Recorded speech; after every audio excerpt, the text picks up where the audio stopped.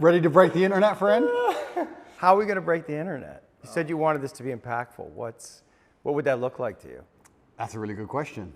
I think a lot of people are interested in my journey. I think a lot of people are interested in how it feels to go through what I'm going through. Yeah. I think there's a lot of people who want me to martyr myself. A lot of people are living vicariously through me. Yeah. There's a lot of people who say, yeah, Andrew, keep going. But they don't really care. They just enjoy the drama of it all. And I think I've already broken the internet, but you're a very interesting man to talk to. And with your insights, I think together, we're going to have quite a large audience. Yeah, I mean, that's a question that I have for you. Why did you want to talk to me? Because I'm a psychotherapist. You have your skepticism about psychotherapy, and yet here I am. That's true. We had a conversation before, and I've been told by many people it was my most interesting podcast ever. So I think it obviously varies from the norm in terms of the normal things I'm asked about. You have some unique insights. And I thought it'd be an interesting conversation. A lot of people are asking me especially about my mental state and those kind of things post-jail. So I thought, well, my most interesting podcast ever. People seem to be very interested in that side of me. So perhaps it can be a good conversation. Does it make you nervous that there may be things that you don't know about yourself that I'm going to try to reveal to you? I know everything about myself, my friend. You know everything about yourself. I believe that I have an intimate grasp of all the things about myself which matter, which allow me to compete. Right. So there may be things I don't know, but I'm not sure if I particularly need them. So I'm not that interested. Right. What's useful is more important than what's true. Absolutely. Right, and you've developed a framework of thinking about yourself and thinking about reality that's been incredibly effective for you. Completely. Right. What's useful is more, you nailed it, what's useful is more important than what's true. This is an old argument of mine, but I think we discussed it in the last podcast, and I'll say it again. When I say I don't believe in depression, nobody can convince me to believe in depression. That's not a matter of discussing whether depression is real or not. That's a matter of me accepting that my mental model for going through life is more effective if I don't believe I can become a depressed person. Yeah. I don't believe in depression, so I can't be depressed, so that allows me to be more effective. It's not a matter of sitting there going, well, maybe it's true, maybe it isn't. I don't believe in it, so I can't catch it. You shape your own reality through the conviction of your thoughts, your beliefs, and the words that you use. Why else would you adopt any kind of mindset unless it's designed specifically to make you competitive and make you win? You install the software in your mind, right? So if I'm going to install software in my mind. Did you install it? Well, I've tried very hard to curate it. Right, because wasn't it installed by your upbringing? Wasn't it installed by your mother and your father in some way? Good question. Before you were conscious, while you were just a developing child, like something got programmed into your psyche that has to have an impact on you. And those things can't necessarily be known because you were at such a young age. Absolutely. We're all programmed to some degree. I agree with you on this so far. I don't think anybody can escape programming, whether it's society, whether it's a television show, whether it's the people around you, peer pressure, whether it's a religion. We're all programmed to some degree. That's absolutely not really true. What I have done, and what I think most people do not do, is heavily analyze why I hold the beliefs I hold, why they help me. If I don't hold the belief personally, or if I didn't learn it from personal experience, I know where it came from, who tried to teach me that, whether their intentions for me were good or bad. And I've tried very hard to have my mindset rigidly analyzed and make sure that it's put together in a way which benefits me completely and absolutely. And I do not believe in things that take away power from me. Right. I refuse to do that. I would rather say that they are not real. And people will sit here and argue to the end of time that they are real, but they're not real in my world. And I live inside of my mind. So even if you throw me in a Romanian dungeon, the idea that I become a depressed person is not a framework that my mind works within, so I can't become depressed. I can feel a little bit sad, sure, I can feel depressed, but I can't be depressed.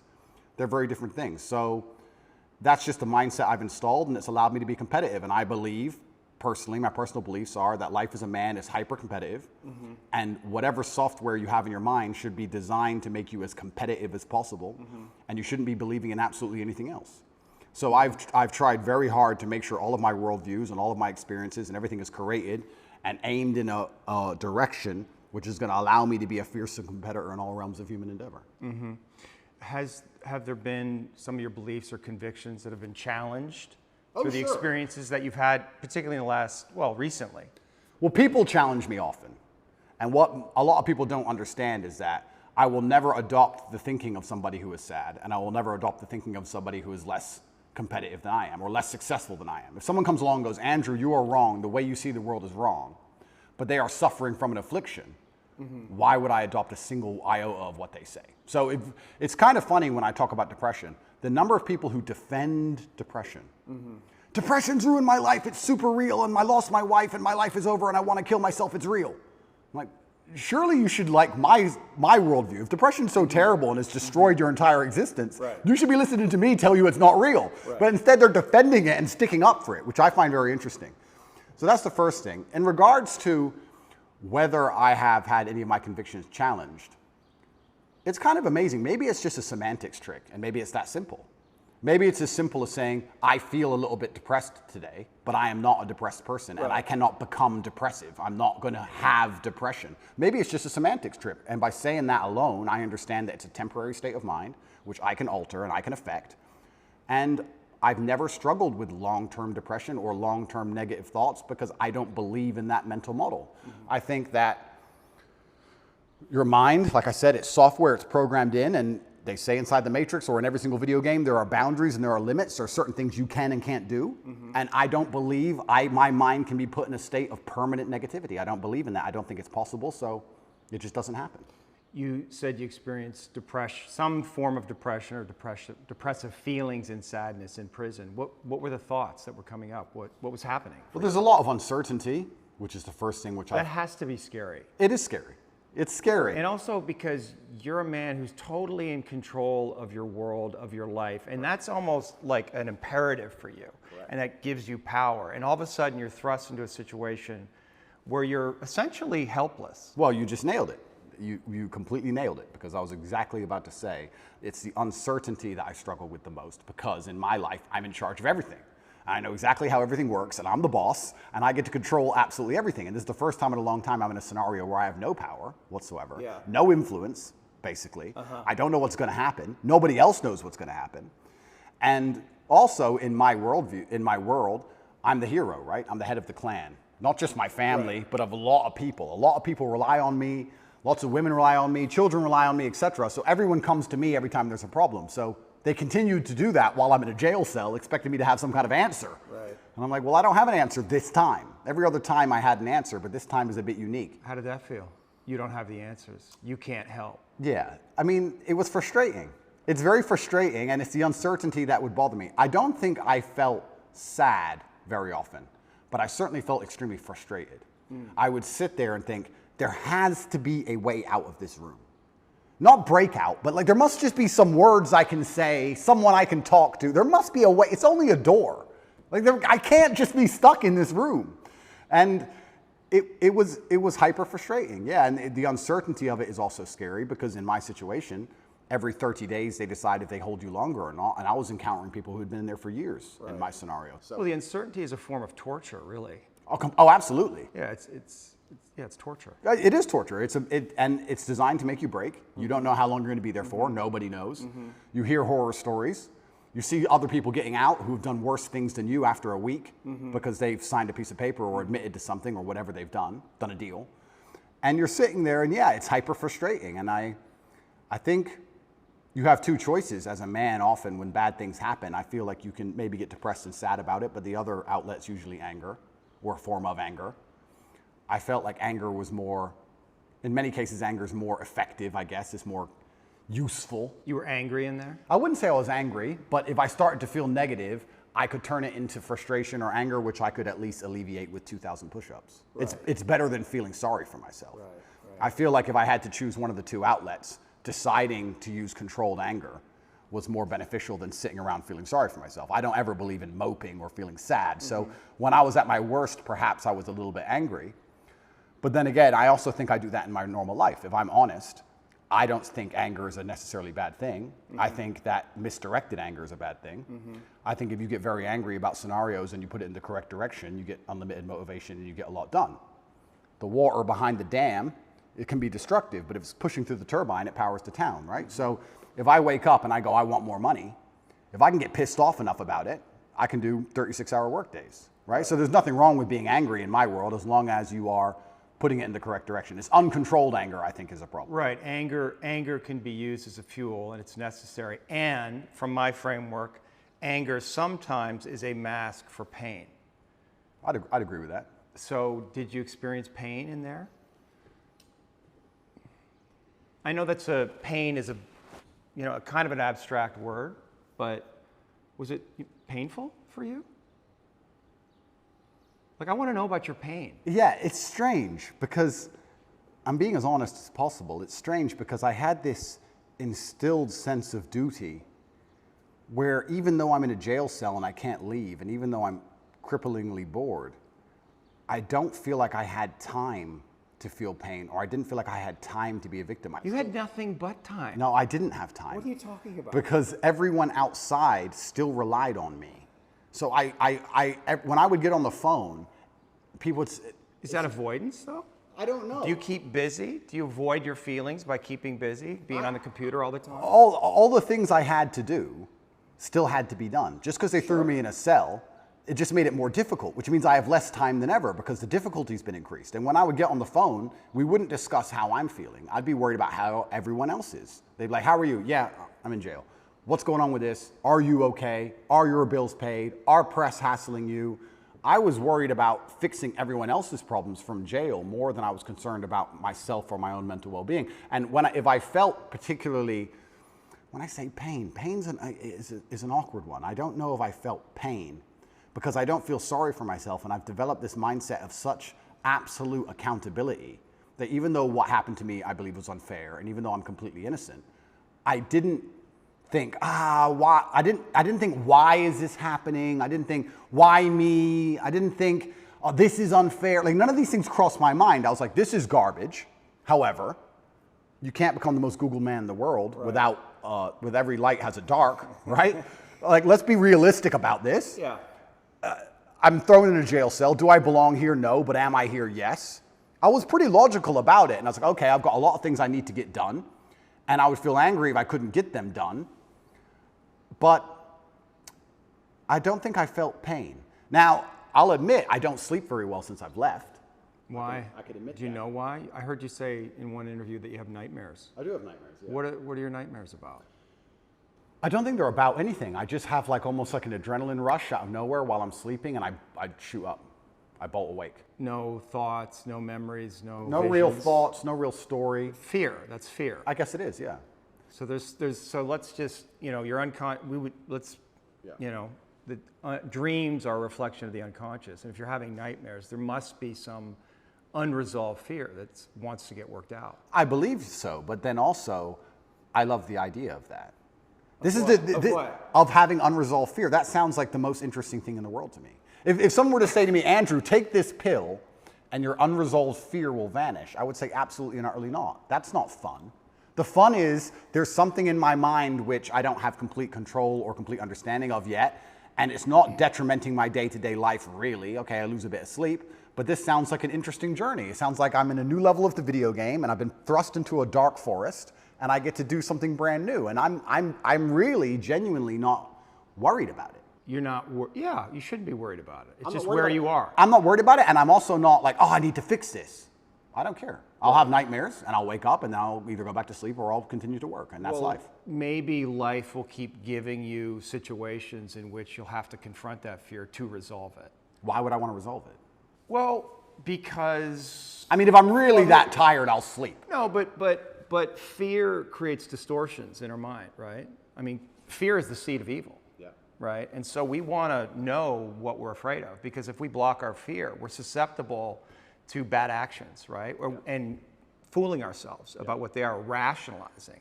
So I would argue that it's actually vital for you in the position that you are in and the responsibility that you have to actually confront your fear in a very real way, which probably goes back to your childhood. I mean, your dad was, the haircut story, and I don't know if you want to talk about that, if you're willing, but that's it. When I read that, I'm thinking about that little boy.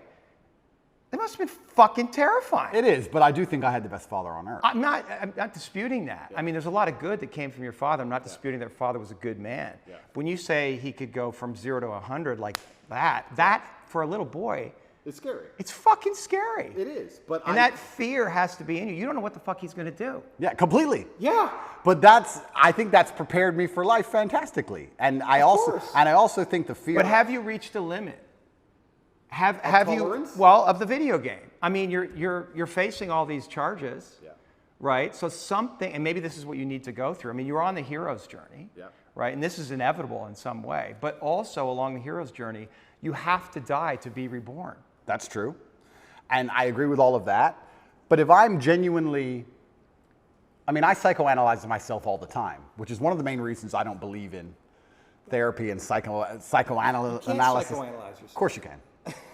I do it myself. You don't think that's hubris? No. You can know your own mind, that you don't need reflection from others to see yourself, that you can see yourself perfectly? I think that, no, I don't think I can see myself perfectly, but I think that life is a perfect reflection. But why not get help? Why not? Like, because then it becomes a crutch. I like the idea that I can rely on myself to fix myself. well, you have a coach. Is that a crutch? No, it's not, because he's teaching me something. What's the difference? That's fine, but like if I had an affliction, I would like to be my own doctor. And I think with your mind, you can do a lot of it yourself. And I think if you have a very strict framework in how you measure how successful you are as a human, and I do it through competence and achievement, I say, which mindset do I need to achieve as much as I can possibly achieve? Right. And I can measure that in real time. I can measure that in literally dollars and world championship title belts. I can literally measure the success. I'll say, okay, well then this is the mindset I need to have to be as successul as possible. Anything that's deviating me away from that needs to be addressed and concerned and dealt with, and I can do that myself. And I think the fear that, if it's fear that's waking me up from nightmares now, it's just because I understand there's a very big apparatus, a very big enemy, which I cannot destroy and I cannot beat, coming to get me. So I do think that wakes me up. I think the fear is healthy. I think I'd be stupid to not be afraid. But I don't necessarily want the fear to go away because I have no problems feeling bad. Well, it's not about going away. It's coming into deeper relationship with it. And understanding that there's fear that's happening in real time, but there's also fear that may be in your psyche somewhere, in your body, that's connected to your history. And that may need to be resolved, because otherwise you're projecting things out that you may not be seeing reality totally clearly. That's the thing, right? Like, is there a way that you're not seeing things perfectly clearly? Well, then we go back to what I just said about perhaps that's true, but if I measure myself purely on competence and purely on achievement, whatever I think and whatever I'm doing is obviously fantastic. So I'm very happy with the mindset I have. And then we go into the argument, which is a level deeper, is am I supposed to be happy? Am I supposed to feel good? No, it's not happy. No, of course, but this is what I don't understand about people, especially men in the world today. Why are they so worried about being afraid? Why are they so worried about, I was afraid every time I fought. Yeah. I fought anyway. Yeah. Like, I don't let fear guide what I'm gonna do. I do what I'm supposed to do regardless of how I feel. So I don't see anything wrong with feeling fearful. I don't see anything wrong with feeling stressed or under pressure or anxious. All these things men are trying to get rid of. And I talk about men specifically. I gender this because I'm a man. I don't know how it feels to be a woman. But all these things that people are trying very hard to get rid of from their brains, I don't see why they need to leave. I will argue the point that if I feel anxious and pressured and stressed and fearful, I will get more done than if I was happy. I think if I was happy, I'd just be hedonistic and just wasting my time. I think that you get a whole bunch done with these negative connotations and negative emotions, and I think that life is suffering and pain, and you're here to go through it, and the sooner you get used to the taste, the more successful you're going to be. I have no interest in trying to change the flavor, my friend. The flavor of life is pain, and I will eat all of it. And it doesn't matter if they put me back in jail or not. I'm not sitting there going, how can I be happy in jail? I will sit in jail and say, yes, this sucks. It's supposed to suck. Yes, I'm not enjoying this. Yes, I'm anxious and paranoid. And yes, that guy might stab me. And yes, I can't sleep. And I miss my family. And this is what's supposed to happen to me. And this is how I become the best man I can possibly be. And I'm going to succeed regardless. You're very convincing. You're so good though, right? It's almost like I feel like you can rationalize anything, right? It's almost like a trick. Magic trick? Well, you're really good at talking, you're really smart, and it's almost like any question you can turn and make it work for you, which is great. It's a skill, but there's also a place where there's the potential for self-delusion. Oh, absolutely. And I'm not even going to sit here and say that I'm not delusional to a degree. I'm not saying that self-delusion doesn't exist. We all are, right? Let me give you a very simple example. Let me try and use an analogy. I think the only thing better than having everything you want is not wanting anything, right? So I have every car on this planet. I have 40 supercars. Most people want a supercar. I have 40. But there's that unique 0.1% of people who genuinely don't want one. And I think that's more freeing than having everything you want. Right? So the true mindset is not wanting anything. Most people, the best they can do is having everything they want. And I feel like you can kind of do this with the emotions as well. I guess my general consensus is that I don't think I can change or affect the world to the point where pain and suffering and bad things are not going to happen. So isn't it best if I just enjoy all of that? Doesn't that make me as powerful as possible if I say, oh yeah, okay, this is going to suck, good. I mean, I do it when I fight. Yesterday I was fighting, right? We were doing 12 rounds and all of us were destroyed. And the more he hurt me, the more I wanted to hurt him back. The more he hurt me, the better it felt. The more powerful I felt, the more he hit me. Because then it's my turn, right? So if I can't stop him from punching me, and I'll do my best, but if I can't, then surely you should learn to enjoy it, right? And I don't think you can stop life from hitting you. And I don't think you can stop life from giving you unexpected surprises. And I don't think you can stop yourself from feeling sometimes sad or anxious or upset. So I think the best mindset you could adopt is finding that engaging and exciting. I'm not going to lie to you. Although I am facing very serious charges, and although they are trying to destroy my life, and although I cannot sleep the same, and although they're out to get me, and although I've suffered, part of me is excited. Part of me is like, okay. Why? Because it's a war. You like war? I think all men do. I do. Yeah, of course, all men do. Yeah. So it's a battle. It's exciting. Yeah, it's exciting. So I'm not saying I'm glad it happened, because I'm certainly not. And I'm not saying I'm going to win. But I'm saying that I've trained myself to the point where if I were walking down the street and 10 men were to pull knives on me, I'd be intimidated, but 20% of me would go, this is going to be one to remember. Do you have a belief that you could take 10 men with knives? I have a belief that, yeah, I do. Because that's delusional. That's delusional. Yeah, but it gives me a best chance of possibly winning. Well, no, running away would give you the best chance of course. possibly I'm not- winning, no, I'm and not- then coming back and being safe, and then serving out your mission. Of course, I would run away in that scenario. But if I had to you have a engage them, belief, there's if I had to engage them, Right. if I had to fight them, I believe I'd be the most capable if I believed I could win. Of course. So for that reason, if I have to self-delude, then I will self-delude, and I will convince myself that I am here to destroy all 10 of them. And I will say it in a way where at least 7 of them believe me. And that's the most important part sometimes about all of this self-delusion, is that a lot of other people start to believe what you say. And I'm not saying that I say bad things. If a man were to sit in front of you and say, I can rip your head off with my little finger, and he said it in the right terms, and he truly believed it in his heart, you wouldn't want him to try. As ridiculous as that sounds, you'd be like, he's kind of big, maybe. You know, it crosses your mind. So I think that, yeah, I have psychoanalyzed myself, even though I'm not officially, certified. And I've decided that I can't stop bad things from happening to me. So instead, I'm going to enjoy bad things happening to me. And I'm going to build a mindset that makes me fearsome enough to succeed regardless of how stacked the odds are against me. Yeah. Yeah, and I appreciate your mindset, and it's well thought out, and it's useful to you. And so I'm just pushing up against the places where I think there might be contradictions. And I like to hear it. Yeah. I like to hear it, but like I said right now, I'm not a coward. And I want to make this very clear. I'm not a coward. I don't care if I don't sleep again for the rest of my life. I refuse to take any fucking pill, and I refuse to sit and have my mind altered by anything I do not control. I don't care if I have nightmares for the rest of human time. Right. As long as I'm in charge of my mind, I'm in charge of my life. If God decides that I don't need nightmares anymore, I'll fathom out how to stop it. If God decides I need to wake up in the middle of the night in a sweat, fearful or afraid they're coming to get me, then that's God's plan for me, and that's what I'm going to deal with. I'm not a coward. I'm not afraid of any of these things. I'm not afraid of feeling bad. I'm not afraid of anxiety. I'm not afraid of panic. This is one of the things I think a lot of men out there struggle with, is they're so worried and afraid of bad feelings. And to me, that's just showing that you've had an easy life. Like, there's real people out here who are trying to kill you. There's people out here who put a knife in your neck. You're scared of what? Feeling sad? Who cares? Like, there's real problems. What are you worried about feeling sad for? Who gives a shit? I could feel sad for the rest of my life, and I guarantee, 1, nobody would know, and 2, I would be monumentally successful regardless. So why are we even talking about it? I have no fear for a negative feeling. I have fear for me not being able to provide for my children. I have fear for people who rely on me not being provided for and cared for, but I don't wake up and go, I'm worried if I might feel sad today. Who cares? Who cares? I can be happy or sad on the same day. Nobody notices, and the same things get done. The exact same amount of work gets done. Nothing changes. How are you making sense of what's happening to you? Is it God's will? Is it a co-creation? In some way, did you co-create this? Oh, no, Or are you just like a victim of the Matrix? No, I'm not a victim.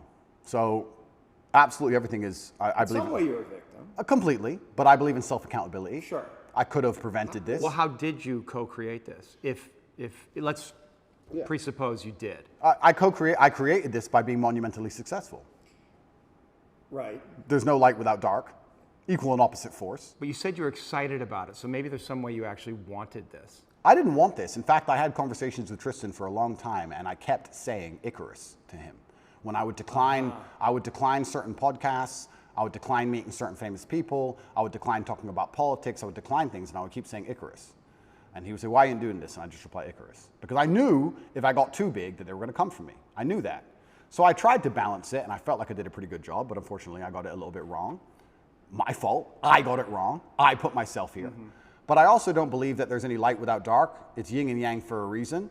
I don't think that I can just become the most Googled man on the planet and become monumentally successful and make hundreds of millions of dollars and nothing bad's going to come from it. I think that would be hubris. You just used the word hubris. It's a fantastic word. I think it would be stupid for me to sit there and go, I should be able to do all of this good and have a fantastic life and there's going to be no repercussion in any form. I knew this was coming to the point where I literally sat with Tristan about 3 weeks before it happened and said, we're fucked. So why did it happen? It happened because I became monumentally successful and I became monumentally influential, and the world is a battlefield. You did create it. In some way, you co-created it. Like you knew this was going to happen, and so there may be some way, unconsciously, you wanted it to happen. Like if you're on this hero's journey and you're living this big life and you have a big vision for yourself. I mean, you know, you bring up guys like Genghis Khan, and I think that's kind of appropriate because in another era, you probably would have been one of those cats, right? So now we're here, and maybe you need this in some way, need this test to really feel yourself, to know how strong you actually are. I mean, I know what you're saying. I don't think I need the test. I do feel like I need to tell the truth. I do feel like What's the truth? The truth is, well, the truth about the Matrix? yeah, lies? what I believe. And I do believe that I have a responsibility because of my massive platform. Yeah. And I do believe that the responsibility is for me to do my best to educate people in a way that's going to make them happy. And I know I could have sold my soul 1,000 times, and I know I could have avoided this, and I know I could have not said certain things, and I understand all of that. I wasn't looking for a war this large. I wouldn't say I was looking for it, but I wasn't ignorant to the fact that it might happen, and I wasn't afraid. You didn't do anything to avoid it, though. I did a lot to avoid you it. did. Icarus. I must have said it 1,000 times. right. I could have made it much worse. Yeah. But I was never afraid of it happening. I think there's a difference between knowing something bad might happen and taking the calculated risk and going, this is my journey for truth and this is what I believe is what I should do, and being afraid of something. Like, I understand if I go into the ring, I might lose. But I do believe 93% chance I'm going to destroy him. Well, and you want the fight, either way. I guess so, because how else do you matter, right? That's my point. And I'm not saying that I'm glad I'm being persecuted for false human trafficking inside of Romania. I'm not saying that at all. But I'm saying that... Yet, on the other side of this, how strong will you be? Stronger than you could be otherwise, that's for sure. And have more power and influence otherwise. Absolutely. I mean, it's a Nelson Mandela. Completely. And Now, so I wouldn't want to spend fucking whatever amount of time in jail. That sounds fucking scary, but it's not uncommon for heroes. Well, exactly. And if you take the lessons from it, and if we want to once again talk about being as formidable as possible, then I don't think jail, okay, it's given me nightmares, but I don't think it's made me weaker. No. And it could have easily made me weaker. I could have gone through the exact same experience with a different mental model and emerged weaker. I believe I've emerged stronger, regardless of the fact that I have nightmares. I didn't have nightmares before, now I do, but I still see myself as a stronger person. That's one more thing I no longer have to fear from an unknown perspective. I know exactly what it's like. I know the best ways to deal with it, which I developed within the 3 months. And if they put me back, I know what I'm going into. So that's a unknown area of the map explored. Yes. And I don't want to go, but I do believe that I'm more powerful than ever. And you have to find the good in it. That's absolutely not for sure. But I don't think I want to be very careful. I don't think I was looking for this fight. I'm finding the good in this fight. I believe that my fight actually has far-reaching repercussions for society now. I think that however this plays out is going to affect society in real time. I wasn't looking for it, but I was never... Did you attract it in some way? Well, if you are a force for good, then the evil is going to attack you, isn't it? And I do genuinely believe this is the battle of good versus evil in the world today. I believe that truth is always going to be on the side of good. I am religious. I believe the things I say most people knew were true only 10 to 15 years ago. I don't think they're radical ideas. And I think that there is an evil force in the world which is extremely deceptive. And they are out to try and silence me. Not because what I say is wrong. It's in fact because what I say is right. I believe the reason I have so much influence and the reason so many young boys listen to me and pay attention to me is because I say things that are true, that they know intrinsically, evolutionarily, inside of their bones as true, that I say things which work. People often wonder why my fan base is so feverish, why my fan base is so dedicated. Well, if they listen to me, it's the first time they ever feel good. The first time they ever train hard and start to feel better physically, and they start to feel better mentally, and they adopt my mental model, and now they're not stressed or depressed anymore. And then they may start to make some money, and they go, you know what, I started listening to Tate a year ago. I'm in the best shape financially, the best shape physically, the best shape mentally. Tate's the man. So they're hyper dedicated to me. And yeah, I mean, there's going to be a negative to that. I want to make something clear. I've been brutally aware of the fact that all of this might blow up in my face for a very long time. I've not been ignorant to that. And I think that's why jail didn't cause me pain. Because I wasn't in jail like, how did this happen? I was in jail thinking, they got me. I knew it. They've been after me for a long time. I knew they were coming. And I don't know if that's a coping mechanism, but I was saying on every single podcast before I went to jail, they're going to try and put me in jail. I knew it. Right. You said that there's a light and a dark. Is there darkness in you? I mean, there must be. There's darkness inside of everybody. Right. And do you know that part of you? Are you in relationship with it? Do you think about it? That's a good question. First, I have to identify what would the darkness in me be. Well, let me present something to you, because I stood up for you after you got canceled off social media, and I have a lot of female clients, and they had questions about that. I mean, they know me and they trust me, so they're curious. Yeah. But one of them said, "Well, you know, Andrew he's out there saying that he's helping all these young men, but in the beginning, he made his millions in some level exploiting these very men." Okay. That's the frame that they were thinking about it. And is there validity in that, in what they're saying? Because I didn't know how to answer that question. I don't think I exploited the men. I think I exploited, maybe I did exploit the men, but let me change my answer. I don't think me not exploiting them would have prevented them being exploited. I think these men were out to be exploited regardless, whether I did it or not. So, but you can see how that sounds cynical to somebody, where you say, well, they're going to be exploited anyway, so I'm going to make money off them. And then once I make money off them and I get this platform, then I'm going to champion them. Completely. I mean, I guess that's probably one of the most logical arguments against me I've heard. Then we have to argue whether I was really exploiting them, which is another argument, right? Absolutely. Because a lot of these men, the only reason they didn't kill themselves is because they had an online girlfriend. Sure. So I actually think that webcamming and girls as a whole is closer to therapy than it is porn. Truly, these men are completely miserable, and the only joy they have is logging into that website. So I don't think I did exploit them. The reason I said the fact they were going to be exploited anyway, it's very similar to having an alcohol store. Let's say there's 3 alcohol stores in a row, and all of your customers are alcoholics. Well, if you close your alcohol store, what happens? They just buy at the next store next door. Right. They're still going to be an alcoholic. You're not saving anyone's life. Right. But I don't think I necessarily exploited.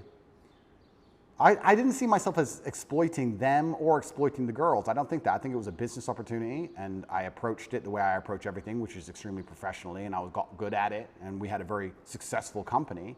Everybody was happy, including the men at home and including the women who all became millionaires. I've turned more women into millionaires than I've turned men into millionaires. So, but maybe that's the reason they're coming after you, because they feel in that a contradiction, and they're not buying your story. Right? They don't believe it. They're like, oh, this is an act. He's not genuine. He's actually out for himself. Right? Well, and so that's the place that they want to get you, because there's definitely an energy out there. They want to get you. Oh, no, they're out to get me. Yeah. And I don't think that's the reason why, though. Well, depends who we're talking about. Yeah. But we're talking about the Matrix. I understand why and you've talked about that a lot in podcasts. We could talk about that, you know, because you are speaking a lot of truth, and you're confronting all the lies in the culture, and you're speaking against the most powerful forces in the world. But individual women, let's say, they're going to look at what you're doing, a lot of them, and a lot of them, you know, they're completely insane, and they're looking at these little clips, and they're distorted in their own feminism, and maybe unconsciously they can't reconcile to the fact that they would actually want a man like you. I think that's a lot of what's going on. It's like projection. I'd agree with that. You know? Nevertheless, there is an energy that's like they want to get you. They want you to be punished in some way. Yeah. And so, like, how do you, like, what do you do with that? How do you deal with that? Like, how do you answer to that? Like, if that woman was sitting here, what do you say to her? Yeah, I would say that her argument to a degree is a logic fail. Let's take it away from webcamming. It's a female. Logic. Don't be a misogynist. There's your blind spot right there. Don't be a misogynist, but that's like saying because Well, it's not misogyny. You know? no, of course, but that's like saying because you've ever eaten a steak, you don't care about animals. Right. Effectively, Right. what she's saying is because he had a business in which some man may have felt exploited at some point, he doesn't care about humanity, which is a logic fail. Yeah, so, I understand. So that's not valid. What I have found in my experience often is that many women who seem to dislike me after they meet me don't dislike me anymore. I think the energy which they find repulsive over a screen or affects them emotionally over a screen, they end up liking in person. I think hate and love are actually very close to each other. And I've had women who scream how much they hate me at the screen, and then they meet me and they're literally in love with me. Well, you're a nice guy. Of course. So I've yet to meet a female in person who dislikes me. And I would love to talk to these women. I think that'd be the best conversation ever. I think it'd be the best podcast on earth. Yeah. But they are out to get me. They're certainly out to get me. I think that the fact that I'm so assured in a lot of my convictions, they find very threatening. People in general now seem to find it threatening when you're the kind of person who says, no, it's this way. And they say, oh, but the news said it's that way. Don't care. It's this way. And they find that ignorant, but it's not ignorant. I think it's just assured in your convictions, and they find that threatening, very threatening. I think that there's a lot of people who find me threatening, not because of necessarily what I say, but just how sure I am in my convictions and the way I present myself and in my monumental success. They find that overall threatening. The same way a rabbit will find a tiger threatening. It doesn't know why, it's just like, it just wants to run away from it. So is it incumbent on you then change the way you're delivering the information so more people can hear it? No. No. Because there are some people who cannot be saved, and it's not my intention to save everybody. I have no intention of trying to convince everybody to like me. My intention is to try to speak to the people out there who know what I'm saying is the truth and who like the way it's being presented and said. I, once again, have no concern with being disliked by X percentage of the population. And I want to make this clear. I've spoken to a lot of people who have talked about how their mental health has been affected by, online bullying and media campaigns and smear campaigns. I don't think anybody's been attacked by the media in the last 2 years harder than me. Every day, there is something in the media trying to paint me as a bad person. On TV channels from Ulaanbaatar to Utah, across the entire world. And I can sit here and say categorically, I've never read a media report and been like, shit. I've just been like, clowns. Don't care. That's a lot of energy coming at you. I mean, psychic energy coming at you. And like, have you reconciled to this idea that you're Andrew Tate. You were born, you have a life, you have your own inner world, just doing your thing. And then there's an Andrew Tate that's out there. And people are projecting their love and hate onto you. And it's not, none of it's really real, but you have to hold all of that mass projection. Correct. How is that? Yeah, but then let's psychoanalyze me, right? You're the professional, I'm the amateur, but let's do it. Why don't I care that the media continues to attempt to slander me continuously, and they don't do it to anybody else, and it's unfair that they're doing it to me, because if I was a genuine sexual predator like the people they defend, I'd be protected by these people. We can discuss this, right? Sure. If I was going into girls' toilets, they wouldn't say anything bad about what I was doing. Yeah. So why are they, the fact that it's so unfair and it's so pervasive and it's so aggressive, why doesn't it bother me? Am I ignorant? It doesn't bother you? I don't think it does. Do you block it out? I mean, don't think I you block it must out. read these things and you see your name it's associated with not- these but it's horrendous not real. crimes. But it's not real. I understand. It's false. But you're able If what to they were, just if what feel every Aikido, fucking bullet if perfectly? what they were saying was true, it would bother me. Yeah. But genuinely, because I know it's all garbage, it's all lies, it doesn't, it's water off a duck's back. And maybe my obsession with truth is obsession, I don't know if that's the right word, but because I believe I'm talking the truth and because I believe the current war we're in is genuinely one of truth against deception and lies, that's their only weapon. Sure. That's their weapon, Sure. is deception and lies. So everything they say is a lie. So it doesn't really affect me. And I will sit and say that. But I know for me it's painful when I'm not seen. Like my goodness isn't seen, right? Like it's painful, or people misrepresent the things that I say, or judge me because of my association with you. Like it's painful. I'm not seen. Correct. Right? And that can make me angry and maybe cause, I don't know, some kind of negative reaction within me. And I guess I'm just curious, like, isn't it painful in some way? Like people, because there's a lot of people out there, they don't see you. They don't see your goodness. They only see the dark part of you, or they project their own darkness onto you, or their father's darkness, or Trump, whoever the fuck it is. They project that onto you. In some way, isn't that like? But those people are already paying the price. But those people, but for you, I'm saying for you, your inner it doesn't bother me because those people are already paying the price for their ignorance. Their minds are not free. Anybody who sits and watches the news and believes what the news says about me is the same kind of person who believes everything the news says. Right. And if you have two choices in this world, people are talking about the battle I'm in, and yes, I may be spearheading it, I may be at the front of it, but I believe that this war cannot be avoided. You are either at war against the injustice and against the lies, or you're at war with your own mind when you believe they're garbage. It is impossible for a man to believe the crap they want you to believe and be a happy, functioning adult. It's impossible. If you believe the shit that's on the television as a man, you're going to be miserable. So you're either at war with your brain or you're at war with them. Anyone who's going to sit there and go, I believe Andrew Tate is a human trafficker, I have 25 vaccines, I believe in Ukraine.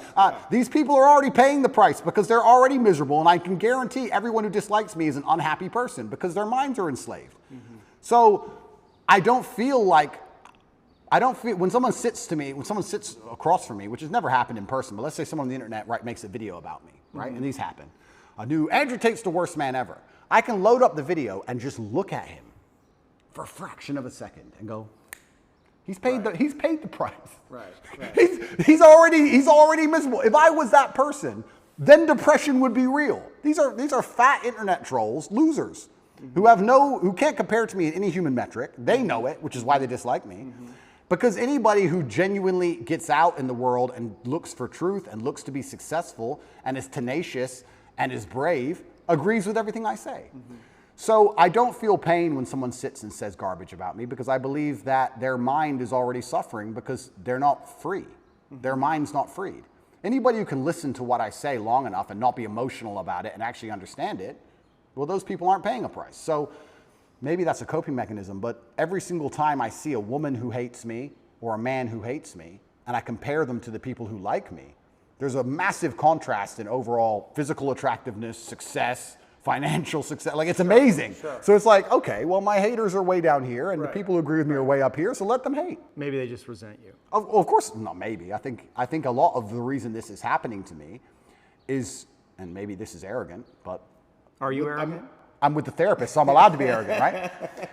A lot of the reason this is happening to me is because I'm tall and built, muscles and cool cars and, smart. People don't like me. There's people who look at me and go, he thinks he's too cool. Teach him a lesson. Mm-hmm. There's a massive amount of resentment involved in all of this. Yeah. Even from the Matrix itself, we talk about the Matrix and I talk about it and people, of course we compare it to the movie. But at the end of the day, there are people moving parts in all of this. There's a prosecutor, there's a judge, there's a lawyer, whatever. Mm-hmm. Someone is sitting in an office who gets a piece of paper saying, destroy Andrew Tate. Mm-hmm. And that person looks at my life and compares it to theirs and they feel resentful. Mm-hmm. And then they go, okay, let me use every power I have to try and destroy this man. Right. If my life wasn't so aspirational is a word you can use, but if it also didn't tick nearly every single box in regards to every teenage boy's dream, I think that they would be a lot less interested in trying to hurt me. Right. They're trying to hurt me because of the things I have and what I can do. Mm-hmm. So there's a massive level of resentment in all of it. And I also think the people who dislike me, a lot of it's resentful. It's either weaponized virtue or resentment. Right. Especially weaponized virtue. Let's talk about that. Because whenever I have a hater online, it's funny, people who hate me in person are very respectful to me. It's very strange. Isn't it weird how the bottom line of humanity is always going to be physicality? When they meet me, they shut up. Sure. Keyboard warriors are very tough. Of course. But online, it's very hard to say I'm stupid. It's very hard to say I'm not successful. It's very hard to say I'm fat. It's very hard to say I'm ugly. It's very hard to say I'm not charming or I'm not charismatic. It's very difficult to attack me with anything other than the fact I'm a bad person. Mm-hmm. He's all these things. He's perfect in nearly every metric, but he's a bad person. Yeah. Right? So how do you do that? Well, you take a virtue and you weaponize it. Misogyny, homophobic, whatever it is. They pretend they care about the subject when they don't. And they put it into a bullet and they shoot it at you. And it's weaponized virtue. It's not genuine virtue. These people who are saying I'm a misogynist don't care about women or care about combating misogyny. They just want to try and hurt me with it. Yeah. That's the first thing. Or the second thing is genuine resentment. Yeah, I remind them of the guy who picked on them in school. Yeah. Or the guy who fucked their girl, took their girl off them. Mm-hmm. And they don't like me for it. But That's not my problem. That's their issue. Are you defensive? Is that like a defensive posture? Is the way that you can be? I really want when I. Are you open to these people? No. And when I talk to you, I They want you to be open to them. This is what I think it is. It's like you are the man. It's like you are the daddy. It's just like, why are you being so mean to me? Why are you fucking yelling at me? I want you. I need you, brother. Like, show up in a good fucking way. Where are you? Like, that's what's going on for them emotionally. Perhaps. Yeah. And so do you have a responsibility in that place to transcend the place you are in to really fully realize your leadership? You know what I'm saying? That's a very good question. And when I'm talking to you, I want to be as honest and vulnerable as I've ever been. I'm trying to be as vulnerable as I can be. You're doing great. But also, so let's talk about these people who resent me the most, or these people who disagree with my message. What's the it most. like for you to be vulnerable? What's that word even mean to you? How do you relate to that word of vulnerability? That's a really good question. I don't know. I don't know how I relate to the word vulnerability. Well, you are vulnerable. You can't put yourself out in the world like this to be seen. That is a vulnerable act. Getting into the ring with another fighter where he might kick your ass, that's vulnerable. That's intense vulnerability. I think emotional vulnerability, nearly at every form, at every level, is basically a form of manipulation. So Maybe that's just how you experienced it growing up. perhaps. Was your mother emotionally manipulative? No, but if a girl cried in front of me, I believe she'd be trying to get an out. I don't think it's just because she feels bad. I think it's because she's trying to get a reaction from me. And I think when men cry to their wives or whatever, a lot of it is trying to inspire sympathy from her. I think a lot of emotional vulnerability to a degree I would argue that is all manipulation. Like then that would indicate that in some way that you are manipulating. We all manipulate each other. Well, that's what I'm saying. So if you're seeing manipulation in others, that must also exist in you. And I guess that's the question. Is there a way, right? Like, can you actually not be manipulating? And manipulating is a strong word. It has a negative connotation, but like in some sense, trying to control. Because one of the things that I find in this conversation, right? It's like, I actually think you're going along with my line of questioning really well. Like, you're not trying to control everything, but there is a way, right? That you have a tactic. You're trying to control things. You're trying to get away from something. You're trying to control the conversation on some level. Of course. But what if you gave that up? Well, okay. Give it up. Give it up. I'm trying. I'm trying to be as vulnerable as possible. But when like just the idea of it, right? Like what would happen if? Let's do it. I'm trying my very best. Old habits die hard. But don't worry about the result. Just ask yourself the question, like what would happen if you let go of trying to control everything? Just feel into what that would feel like. But that goes back to the point about what vulnerability is, because I don't think humans are as emotionally incontinent as they pretend to be. And I believe that when you truly feel pain or truly feel trauma or something really bad happens to you, the result to that is usually silence. I don't think you talk very much at all. So people, you ask me, what is it like to be vulnerable? Well, to me, that's not crying. That's not... I think when anyone's doing that, 99% of the time, it's a manipulation tactic, I believe, personally. Maybe that's just my personal experience. But yeah, maybe. But I think especially with men, I think it's a manipulation tactic when they try and show too much emotion, and women do it as well. And I don't react very well to it. If someone were to sit in front of me and start bawling their eyes out, it's very hard to elicit sympathy from me for that reason. I feel like you get sympathy from me by sitting and explaining to me why something bad happened to you in a logical, calm, stoic manner. If someone starts crying in front of me, I feel like they're trying to manipulate me, and I don't buy it. Or maybe you judge it in them because you judge that in yourself. Perhaps. I mean, it's my human experience, right? And it's my bias. Right. But I'm trying to think of the very few scenarios in which I would ever cry. And I'm thinking, would it genuinely be because I feel so much pain, or if I think it could benefit me or help me? Well, would I be trying to manipulate somebody? Now, that's not something I'd ever do because it's not my personality and mental frame. But crying is just a physiological reaction to express pain and grief that allows us to release this and to come back to homeostasis. It's manipulation. It's just, well, it can be. It's don't attack me but anymore. It's also a physiological response. Oh, completely. But it's don't attack me anymore. It's I'm the victim, don't attack me anymore. Can be. Yes, I cheated on you. It's a shield. And so when we talk about what does vulnerable mean, I feel like I'm being vulnerable now when I'm explaining things extremely logically. You are. That's as vulnerable as I can be. I cannot be the kind of person who's going to cry. But once again, this is my mental model. I haven't instilled. But is that what it means? Vulnerability, cry? I guess vulnerability, What about admitting your weaknesses? I'll admit my weaknesses What right are now. your weaknesses? Then this is so interesting because I will tell you, no, it is, because I'll tell you I'll admit my weaknesses. Yeah. And I will. But now I have to try and identify some because in my mental framework, I don't have weaknesses. Right. So now it's like, okay, I am prepared to admit where I'm weak. Where am I weak? Well, I've tried so hard for so long to make sure I'm not weak anywhere. And if I am, I've compensated so heavily in some other way, I don't fail. So it's like, where am I weak? I'm that guy who does not fail. It doesn't matter what scenario anybody's life is in. It doesn't matter if you get dumped into jail. It doesn't matter if you're going into war. It doesn't matter if you're bankrupt. Whatever it is, if someone says Tate's on your side, you feel good. Oh, Tate's here. Ah, Tate, okay. Yeah. He can't even swim, but he's here to he's the lifeguard. Tate doesn't fail. I can swim, but it's an example, right? So I do not fail ever. So it's very hard for me to identify weaknesses because I feel like they've all been ruthlessly, I think I've rooted out any weakness or I've compensated so heavily so long ago. I don't see myself as a weak person. I don't see myself as a person who can fail. People said to me in jail, how did you handle that? What else can I do? Not handle it? What does that look like? We're gonna bang my head on the wall like a dummy? Am I gonna have a breakdown and just be a pile of mush? All you can do is handle it.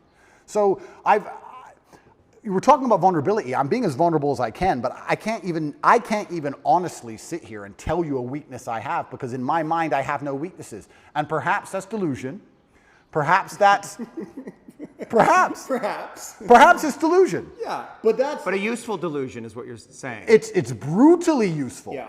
And when I teach this or when I talk about this, there's a lot of men who perhaps want to adopt it, but the mistake they make is they don't have the real world experience to back it up. I don't want people to be completely lose their minds. Yeah. We're not talking about that, but we're talking about the fact that I can name so many scenarios in my life where I was supposed to fail and I did not fail. It's brutally realistic, it's brutally logical, it's built on competence, it's built on real world accolade and achievement. Mm-hmm. Everything I've ever wanted, I have achieved and I have gotten. I have never failed at anything I've ever wanted, ever. So how am I going to wake up and say, oh, I've got this weakness, that weakness, when I have a 100% success rate? 100%. There's never a girl I wanted I didn't get. There's never a car I wanted I didn't drive. There's never a scenario where I said, I want to get through this, I didn't get through it. I've never failed. So of course I'm going to sit and say, yeah, I love to tell you my weaknesses. I can't think of any. I don't know. Right, but are you being humbled right now? Is this whole series of events humbling you? It's taught me things I already knew. I know you can't be bigger than a justice system. I was saying Icarus for a reason. I knew they would come for me. I know I'm only human. But you're not do you? I do. I'm just a very good one. I'm just a very good one. Is there somewhere inside you a belief that you're invincible? Like you can't get got? Because that is a dangerous fucking distortion. No. I wouldn't have been saying Icarus for that reason. Right.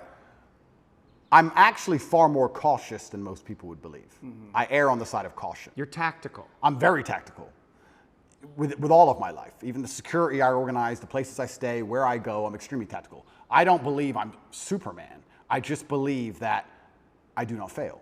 And because you have no weaknesses, doesn't mean you can't lose, right? You can be strong in all realms and still lose. Mm-hmm. There are world champion boxers who have no weakness. They do everything right and they lose fights, right? So I'm not saying I'm invincible.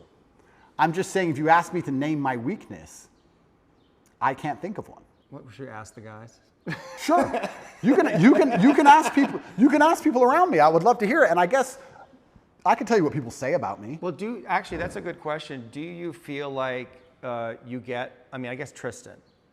But do you get honest reflection? Can you trust the reflection? Because you're at the center of this kind of empire, and you have all of these friends. Yeah. But can you trust the information that's coming to you from anyone? Because everybody's. I mean, I'm here in some way from my own self-interest, right? Yeah. And the fact that you trust me was interesting to me. You let me in your house, so I assume that you have some kind of instinct about it. Yeah.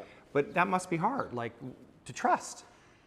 I get a lot of feedback, and it all goes into a big pile, and I listen to every word that's said to me.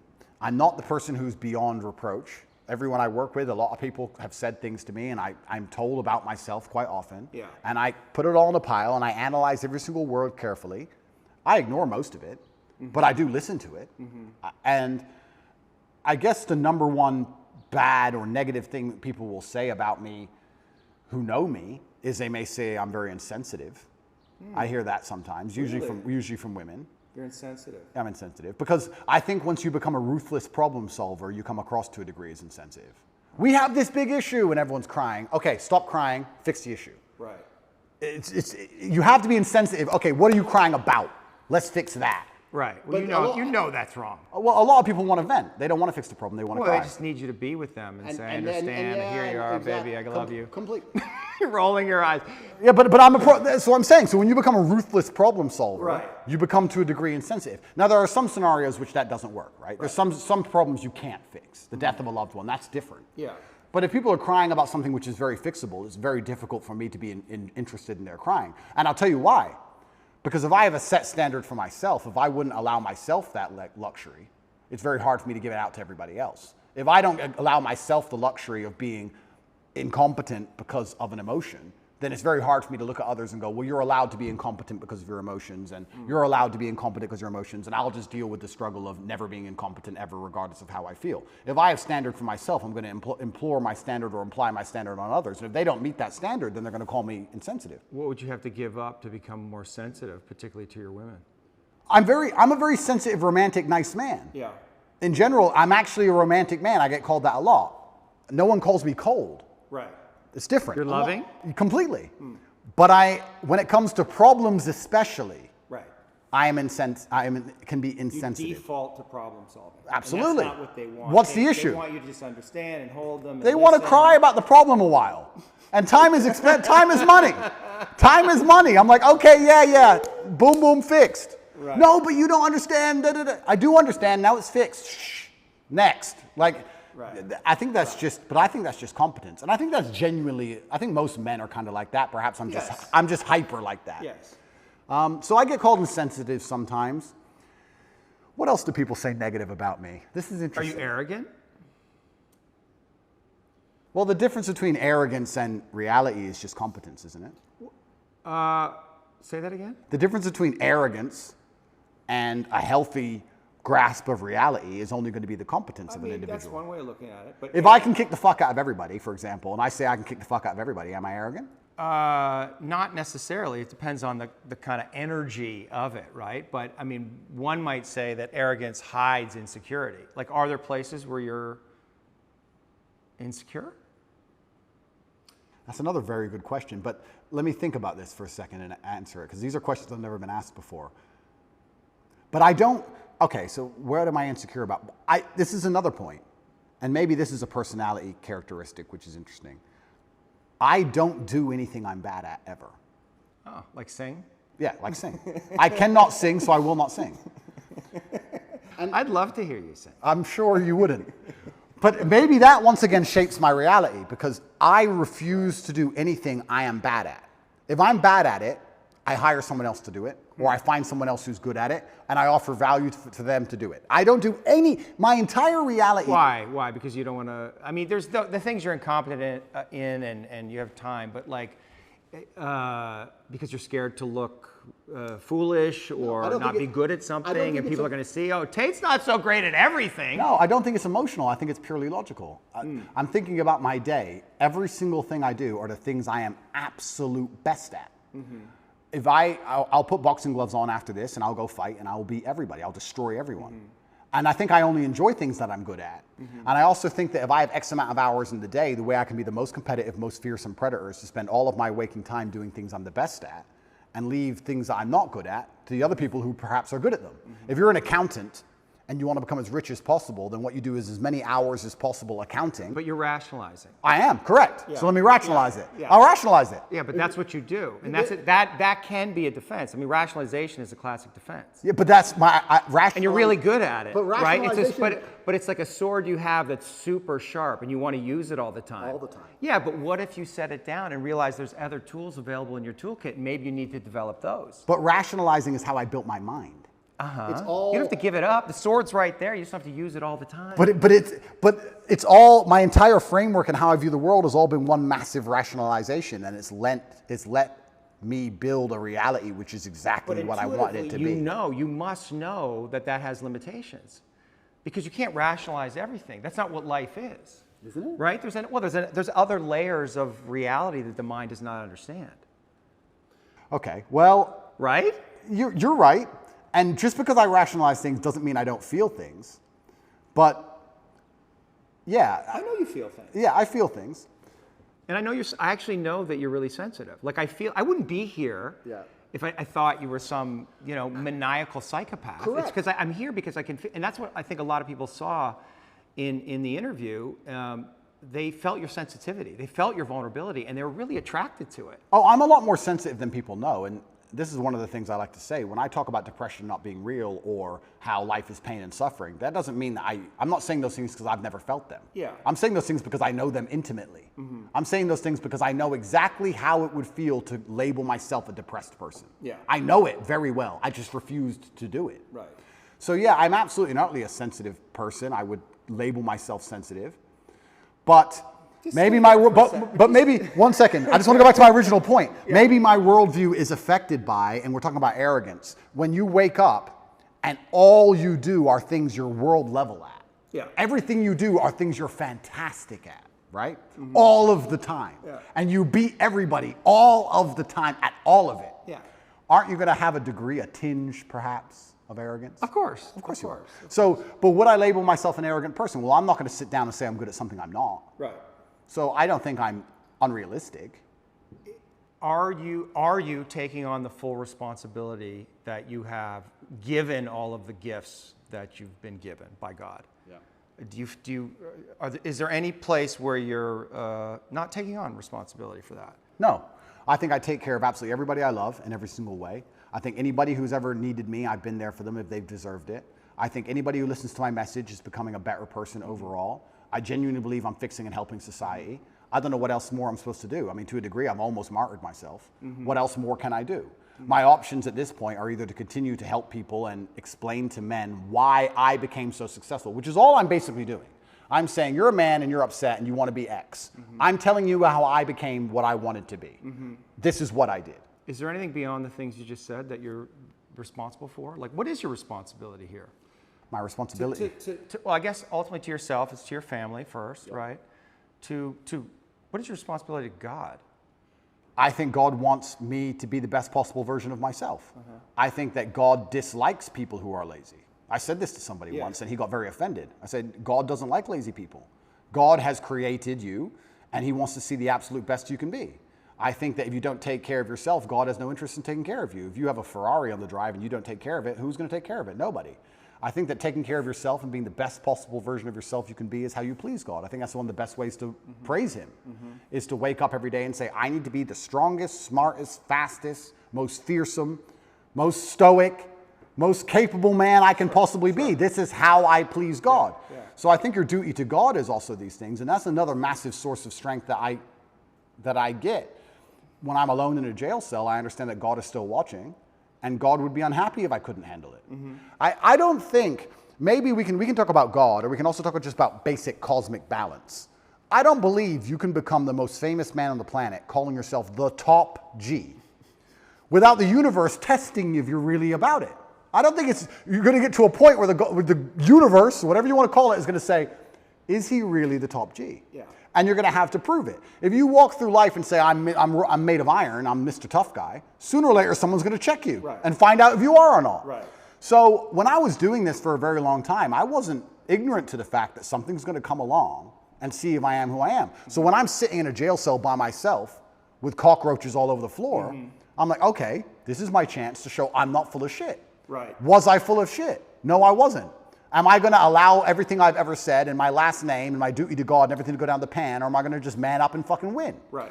So I saw it, I guess, to a degree as an opportunity, but there was a massive burden of responsibility on me on how I had to perform. I didn't have time to be depressed or sad. This is what I'm saying to you earlier. I didn't have time. I had things to do. Top G's kids can't eat. Top G's women can't pay the bills. Top G's business is over. No, I had to fix all of it. From jail and fix myself and get out. I was very busy inside of my brain staring at a wall. So I didn't have time for this. And this is another thing I try and explain to people and I don't understand about and I talk about men specifically because I understand how to be successful as a man. When men say to me they're depressed, with unlimited options, with the capability to become anything you desire, with God giving you a full and able body and mind, how do you have time to be depressed? You have so much you could do. There's so much that you need to do to be your best self, and you're competing against men like me, and you're finding hours a day to be sad? No wonder you're going to perpetually lose forever. Right. That's suicide. So how do you find time to do this? It's brutally ineffective. You have a brain, you have a mind, you have a mental model. You can't think of everything, you can't do everything. You can only have certain frameworks instilled inside of your mind. As a man, you should be hyper-competitive. You should try and be the best version of yourself you can be. You're competing against every other man on earth for the girl you want, the car you want, the house you want, the watch you wear. It's all competition. You should be as competitive as you possibly can. Anything that's inside of your mind which doesn't allow you to be competitive should be erased. This is why I can't name a weakness. I can't name a weakness I have. I've compensated so heavily for any weakness that may exist, I don't even see them anymore. Is your belief in God tied into this concept that we talked about, that what's useful is more important than what's true, or better than what's true? So we don't, do we know that God exists? I mean, we don't know. Correct. But it's useful to believe in God. That's a very good question. I think that believing in God certainly makes you more powerful, which is proof for God. If God makes you more powerful, then God is real. So maybe that's very simplistic, but if I believe in God and I'm a more powerful version of myself because I believe in him, then he must exist. Yes. God has made me more powerful. Well, it's the act of believing him that makes him exist, which is another way of saying what you just said. Correct, yeah. So this is why I believe faith is such an important thing. But I think everybody has a God anyway. Yes. There's no such thing as atheists. If you look at the people who say, oh, I don't believe in God, they worship a flag and a vaccine. So everyone believes in something. So you have to decide what your religion is. And I, once again, refuse to believe in anything that takes away power from me. I believe in things that make me more powerful. And I believe that believing in God gives you a new degree of strength. And I also think everybody to some degree believes in God. I don't care what anybody says. If you put anyone in that submarine just before it imploded, everyone would pray. Everyone. So it's ignorant to even say you don't believe in God at this point. It's interesting that you chose Islam, and I heard you talk a little bit about how you see God in Islam as kind of, you know, I don't know how harsh this, but like firm and directional and clear, and this is right and this is wrong, which sounds a lot like your dad. Well, it sounds a lot like life. Yeah, like life. There's right and wrong in life. All this complete subjectiveness, this mush they're trying to create, is done on purpose to confuse us. I like the idea of right and wrong. I like the idea of not having a choice. If you walk in, if you're hungry and you walk in to buy a sandwich and there's 100 sandwiches, it takes 10 minutes. If there's one sandwich, isn't life easier sometimes? So all this subjectiveness and all this choice and all this garbage, sometimes when I'm like, okay, I want to be a good person, I want a framework to adhere to that makes me a good person. Well, this is very clear. Yes, no, easy. Do you have like embodied experiences of God? Like, do you relate to God in that way? You know, I don't want to say supernatural, but like, do you feel God? I absolutely feel him, and there's certain times where I may feel particularly energetic. When do you feel God? So usually when I'm feeling powerful. There's been times I was in jail and I just got up and I just felt like, you know what, like just shadow boxed a bit. I don't know. It's like you just felt it. Like I'll be okay. I will win. I don't feel God when I'm sad or something like that. I think that the whole idea of spirituality, and I believe God himself, he wants the best for you.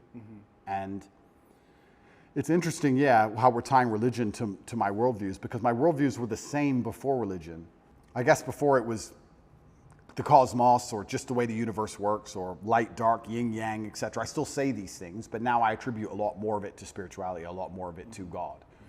And I chose Islam because it's firm, and I believe that I'm a person with firm principles. So I'm obviously going to liken myself, or I'm going to feel an affinity to a religion that has firm principles, because that's who I am as a person. I'm a person who's principled, yes, no, and I have no problem with people sitting with me and saying, what you're saying is bigoted, or what you're saying is wrong, or what you're saying is insensitive. I think Islam also has a similar issue. Yeah, I think you also chose the winning team. Oh, it's completely the winning team. I mean, it's the winning team because it's the winning team, and I didn't choose it because it's the winning team. It's just the winning team because it has principles. I agree. And unfortunately, when you have no principles, if you don't believe in it, if you have no hard line, if you'll accept anything, then you don't believe in anything. Yeah. As soon as you'll accept anything, then you have no hardcore beliefs. If you have any set of principles or you have any things you believe in, there's going to end up being a barrier, and the people who fall outside of those barriers are going to be offended by it. That's the reality of it. If you have a religion or a belief system that doesn't offend anybody, then it's not a religious or belief system. That's my view. So yeah, I chose the winning team because I think more and more people are starting to understand how important God is in society. This is the first time in human history we're testing society without God. And what do we have? We have evil. Yeah. We have Satanism. We have degeneracy. And I think that most people are starting to understand that God is really needed. When I was young, I used to make fun of Bible bashers. I used to make fun of them. Yeah. And now I'm like, we need more. Yeah. Where are they? We need more Bible bashers. So, yeah, and I guess I certainly feel more powerful since I've reverted, but I always felt powerful anyway. But I guess now, instead of just believing it's the cosmic nature of the universe, or let me change that. I always felt a strong affinity to my last name and my ancestors. So I always had to a degree, a spiritual aspect to where I got my strength. I always felt like, well, my dad is watching me, or my ancestors tried very hard for me to be born, so I can't disappoint them. So I've always had this spiritualistic side. Like, imagine the disappointment my ancestors would feel if they fought saber-toothed tigers and survived World War II and went through all the garbage they went through just for my father to be born, and then he suffered like he suffered to raise me, for me to be raised and become the most famous man in the world and call myself top G and then cry when I went to jail. What am I? I mean, what kind of bitch? What am I going to go, wah? No, I go to jail with my head held high. And if they put me in jail for the next 20 years, I'll walk in there with my head held high. And if anybody sees me, I'm not going to be a broken man. I refuse to be a broken man. It's disrespectful to everybody who ever died or tried hard for me to be raised, for me to emerge from this difficulty as a broken person. That's absolutely and utterly selfish. When a man sits and says to me he's broken or he's depressed or he's sad, etc., that's selfishness. You have shit to do. Yeah. And you have people to be respectful to, including people who are no longer here. I don't have time. They can put me in solitary confinement for 20 years, and when I walk out of there, and the first podcast I do, I refuse to be called broken. I refuse. And that's because I feel like I had a duty to my ancestors, and now I feel like I have a duty to my ancestors and a duty to God. So I've always felt that. And I assume you feel like you're fulfilling your duty, that your father would be proud of you? I absolutely believe he'd be extremely proud of me. I think I'm doing the best I can possibly do. And there's something that people say, you tried your best. And that's true. But a lot of people overuse it. People say, oh, well, you didn't get it, but you tried your best. 99% of the time, they didn't try their best. People don't actually try very hard for things anymore. I am truly, genuinely trying my best. I don't waste a minute of my day. Before this podcast, as I set up cameras, I'm working. I don't waste a minute of my day. I do not miss a training session. I do not miss an email. I do not make mistakes. I'm on it. So I'm trying my absolute best. If I fail, for the first time in human history, then I failed. But at least I get the satisfaction in my heart of knowing I actually really tried my best. Most people don't get to get that satisfaction because they know deep down they could have tried a bit harder. Whereas if I end up in jail, I'll be like, Andrew, you did everything you could have done. So that gives you a level of peace. I did my best. My ancestors are proud of me. God is proud of me. I did my absolute best. I couldn't have possibly done better. And I got hit with a lucky punch, and that's life. And all I can do is just smile regardless. Are your oration skills, is that an art, do you think? I think that if you don't have the ability to make other people understand exactly what you think, that you're going to struggle. But is it an art? Like when I watched you with PBD and you got in these zones, and you do it all the time. I mean, you're doing it right now. You get in these zones where it's just like you're just flowing. I mean, it's almost, you can say it's a God state, right? It's a flow state, and it must feel really good. It does. Yeah, like it feels good that you never run out of things to say, and it feels good that I already have 10 things I want to say lined up before I say the first ones. And you know how to say them perfectly, and your voice is clear and resonant, and you're embodied in it. It's a skill. It's a skill. Well, but it's almost like an art, because I was watching you and I was thinking, this is like watching, Charlie Parker play the sax or Michael Jordan play basketball. I mean, you really, and people might say, oh, those are exaggerations, but I don't think so. I don't know that I've seen somebody who's able to do what you do. But that's emotional. So we'll talk about how I'm actually quite a sensitive person. Yeah. I think the reason people believe what I say is because they can feel that I feel when I talk. Yes. And it's because I feel things. Yes. So I'm not a cold person at all. I'm just a person with a lot of emotion that I try and control and channel in the correct directions. But I think that, yes, it's a superpower to a degree. Well, I think that's why people are, one of the reasons that people are so drawn to you, because you let whatever wants to come through. And it's also why so many people hate me. Yeah, of course. Yeah. Because there's no light without dark. Yeah. There's no joy without pain. You can't have a rainbow without little rain. That's how it goes. So I think that it's definitely a superpower for life. It's something I'd encourage every man to learn how to do. Yeah. It's certainly something worth practicing. It's the reason I don't learn another language, because I haven't mastered English yet. Right. So I refuse to learn another language. I can't imagine me and my personality and Andrew Tate stuttering in Spanish. It just be like, what is this garbage? So I don't have time. So I will only speak English for the rest of my human years. That's it, because I have not learned every word in the dictionary yet. But yeah, I guess to a degree it's a superpower. It's extremely beneficial in all aspects of life, especially relationships. I'm not going to lie. I don't argue with women very often, because any woman who respects me and listens to me, I can very quickly and compendiously explain exactly why I'm correct. It's maybe the most powerful skill. The most powerful thing about it is there's two levels to it. One, making people understand exactly what you think. Yes. And the second one is making them think what you think. Right. And if you can do the second one, Do you like to make people think what you think? Because you have a lot of influence. yeah. And that's got to feel good. You're influencing people. You have this worldview. It's a powerful worldview. It's got all these things. And so you want to influence other people in some way to adopt that. I think that charity, even of itself, I think charity is probably one of the most selfish things you can do, which most people say, I'm giving money. I give $25 million a year. There's a website, tatepledge.com, you can see it. And I feed children all across war-torn countries, mainly in the Islamic world and in Africa. Am I doing that for the children? Yes. But I also feel great. I feel good for doing that. Of course. Yeah. So it's not a selfless act. No, nothing selfless. Nothing selfless. And it shouldn't be. And it shouldn't be, that's right. So when I'm helping all these people out here, I'm not doing it because I'm some philanthropist. I feel good helping people and people sending me emails saying, you changed my life. I feel good about it. I'm not going to sit here and pretend I'm just Mr. Philanthropist and I just care about the world. No, I like helping people because I feel good about doing it. It makes me feel good inside, which is why I do it. So yeah, I use my power to feel good. And I think the easiest way to feel good is to make others feel good. I believe that humans exist that way, and I think that's why we're societal animals. Even in jail, when I felt my worst, my goal was to make someone else smile. Because if I can make someone else smile, I would smile. So on my worst days, I was my most charming, my most energetic, my most interesting, my most talkative. I was happiest on my worst day because I decided that's how I have to be to stop myself feeling bad, because I decided. I also feel like, it's kind of interesting. No one's emotionless, and I certainly feel things. And I'm going to come up with a theory, which you're going to call complete garbage, because I am not qualified. But this is my theory. Yeah, go for it. I believe that emotional energy is a lot like a bucket of water.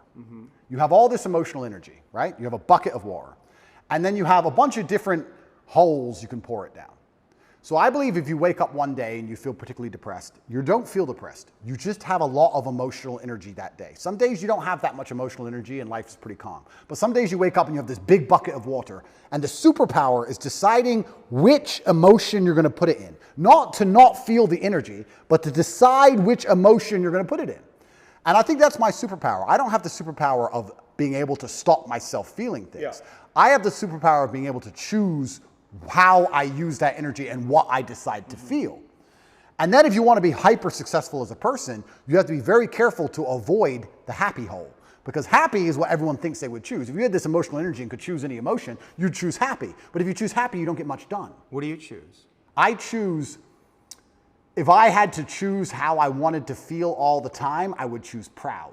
And proud means you have to work. Proud means you have to do things. You have to achieve things. If you want to be proud and be realistic, you have to do fantastic things. So my default favorite emotion is proud.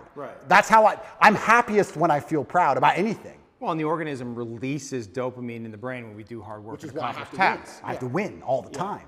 I love proud. You feel good. You do to feel good. I don't like happy. If I feel happy, giddish happiness like a child or like females usually default to happy. They don't care how they get there. They just want to get there. They just want to feel happy. I avoid the happy hole because I think people who are desperate to only feel happy are the ones who are addicts, gambling addicts, drug addicts, drink too much, do dumb shit. It's all temporary, no delayed gratification. That's how you destroy your life, choosing the happy hole. So we were talking earlier about jail and how when I felt particularly bad, I'd wake up with a whole bunch of emotional energy. It's unchanneled, it's a bit wild, so I guess that can be perceived as sad or depressed. You're out of your routine. So I would sit and go, okay, I have all this emotional energy today, where am I going to put it? And I'd put it in a place where perhaps on that day I might feel happy, or perhaps I'd choose something else, but I would try my very best to take all the energy and put it into a place where feeling that emotion was the most competitive emotion, or was the perfect emotion for me to be as competitive as possible in that particular scenario. So yeah, on days where I woke up and I felt a little bit sad, I'd be like, okay, I'm going to turn the charm on today. I'm going to make everybody laugh. Right. And by the end of the day, I felt fantastic. Do you think God wants to break you? If God wants to break me, he's going to do it. Because we said, right, the hero's maybe journey, there must be death and rebirth. So what, like something, you have to be broken. At some point, you must be broken. You can't fulfill your mission without being broken. And whatever that is, it has to terrify you. But can't I be semi-broken or semi-close to broken and back from the edge? Back from the edge? Death and rebirth. That's the archetype, right? And what does that require? It means going into the cave and facing your dragon, which is your deepest fear, and feeling like it's going to kill you, and then entering into the void of nothingness, and then coming out the other side, reborn. And in that place where you're reborn, you're going to know things that you did not know sitting right here. And you're going to have a much bigger perspective, right? I mean, you agree with that template, right? I agree with it, but I feel like I can just, I don't feel like get around that? Not get around it, but I don't ever have to fully die. Like, I can just come close enough times. Like, I'm not going to underplay. No, of course. But I'm not going to underplay how significantly difficult my jail experience was. Yeah, because you do talk about like how tough you were, you managed it, and I guess and which is, I believe that, I'm not, but there had to be moments where you're just like, it was terrible. Despair. No, it was absolutely terrible. Or fear, or like. But this is very interesting into your death and rebirth point, because when it felt completely terrible, I do have the emotional control to not feel that. But I decided to let myself feel it because I felt like I wouldn't learn as much if I turned my brain off. That's right. So I've talked on PBD about Tristan. Tristan and I have the same superpower. Tristan didn't care about jail. He didn't care. He didn't, or he acted like he didn't care. His own code. He acted like he didn't care. But that was his coping mechanism. Sure. Don't care about jail. I decided, no, I'm going to care. I'm going to feel everything. I'm going to allow myself to feel these negative emotions because I feel like I will learn more. I could have done what Tristan did. I could have woke up and said one day or later they'll let me out. Still rich, give a fuck. Right. Could have done that. I didn't do that. And jail, that's why he sleeps. That's why I have nightmares. Because I don't believe his jail experience was that traumatic because he turned his brain off to it. And that is a superpower. Yes. And I do have that power. If I went to war, I could go to war and watch all my friends be blown to pieces and still fight. Yeah. I would still be capable. I can turn my brain off if I have to, but I decided not to because I felt that feeling things would teach me more, which is why I'm kind of arguing your point about death and rebirth, because I feel like I don't have to fully break. I just have to get close enough to the edge to learn something and come back. Why not break? Because if I break, then there's too much. My empire might fall. You don't know. Well, exactly. You don't know. I don't know. And that's scary. It is scary. Yeah. So why would I? That's why you don't want to break. Completely. It's scary. I don't want to lose what I have. Yeah. Mentally, But physically, financially. Yeah, but that attachment, what would God say to that attachment? I don't want to lose what I have? But okay, I don't want to lose what I have because I also have a responsibility for others. Let me tell you something. If my mind broke and I couldn't come back from that. What's more important, your family or God? Does God want me to break? I don't know. You asked. You asked the question. And if he does, I will break. Right. Right? Well, but you won't have a choice. I won't have a choice. But jail itself was terrible. Like, we're talking about vulnerability. I can sit and explain all the things I struggle with in jail. It was absolutely terrible. And I think a lot of people who are watching this, I think they need to keep in mind, I wasn't in jail. I was in Romanian jail. What's the difference?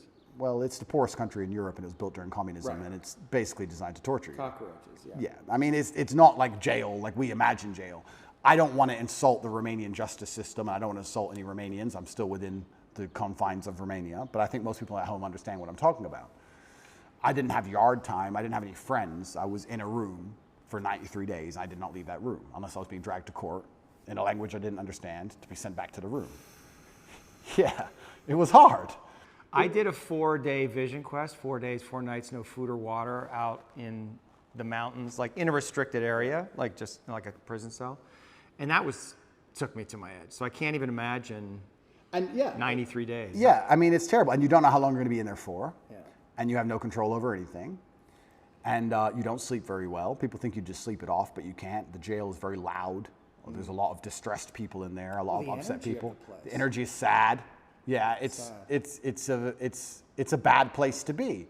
But I knew that my only option was to deal with it. So I knew that not handling it wasn't an option. So if not handling it's not an option, the only option left is handling it. So you just have to find the best way to do it. Yeah. And I certainly allowed myself to feel a lot of emotions in there that I could have probably blocked out so that I could learn as many lessons as possible. And I've learned a lot of things. But I would say that, I mean, all in all, I understood as a man, you need to have a strong body so you're not attacked by anyone else, and a strong mind so you don't attack yourself. And I think jail in many ways is just pressurized life. And if you feel a little bit angry outside of jail, you'll be very angry in jail. It's pressurized life, and you can't distract yourself with anything. Mm-hmm. Most people, if you feel angry right now, you're like, oh, that pissed me off. And then you get on your phone and talk to someone else about something else. You distract yourself, but you're left alone with your thoughts, and you can't distract yourself. And God decided to put me in there to learn some things. And I think it just confirmed a bunch of things I already knew. And I think it was a chance for me to prove to him and to prove to myself I'm not full of shit. And I think that was... Did you worry that you were full of shit? Never.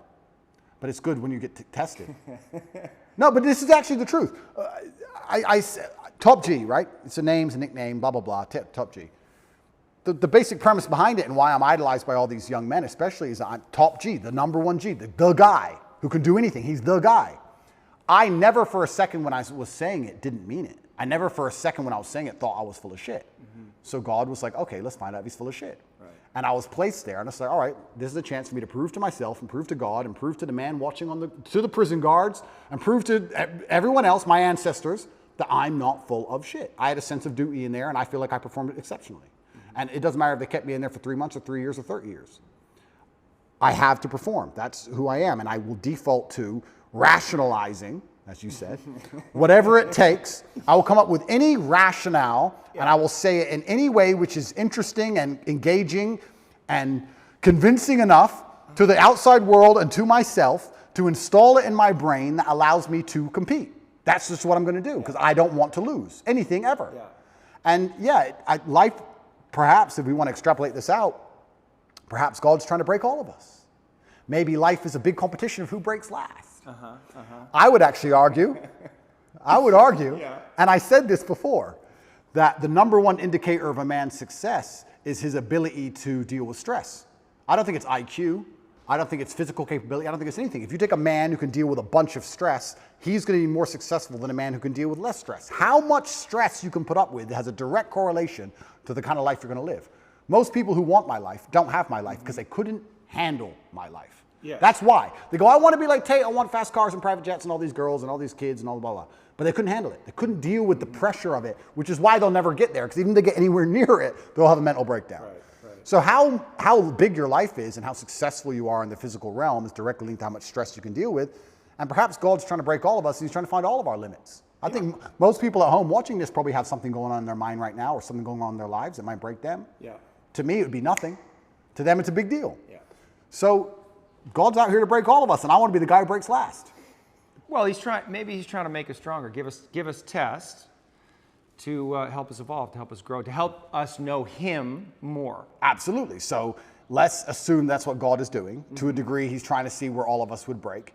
You have two responses to that. You can either be intimidated by the fact that God is out there trying to make your life difficult, or you can be excited by the idea of it and saying, this is my chance to prove myself to God. Right. Which is what I was saying earlier on at the very beginning of our podcast, why I've adopted the mindset where struggle is semi-exciting to me. Yeah. God is out here trying to ask me questions or put me through scenarios where I get to prove myself to him, and perhaps that's why all the bad things happen. Maybe that's why that girl left you. Maybe that's why he made you love her so much so that she could break your heart and fuck your best friend on purpose so that you to see how close you could come to breaking. Maybe that's what it's all about. Maybe that's the fun of it. The mantra that I use is, yes, thank you. Whatever comes, yes, thank you. And yes is an acceptance to God, and thank you is gratitude for what's happening. And that mindset is a kind of surrender to God's will. Yeah.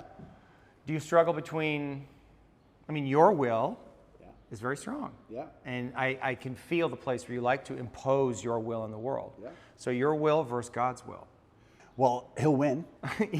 Are you in a fight with God on some level, like not literally, but unconsciously, between His will and your will? No, I think I am doing His will.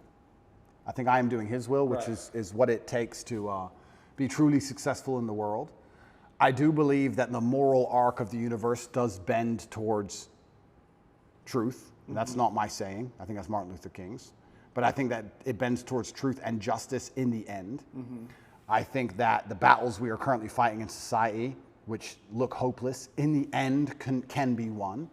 And I feel like I am doing His will by standing up and telling the truth. I think I'd have to be a complete coward of a man to end up having all of the masculine youth of a planet paying attention to every word I say, and then say, oh, but if I tell them good things, if I help them and help the world by extension, I might get in trouble.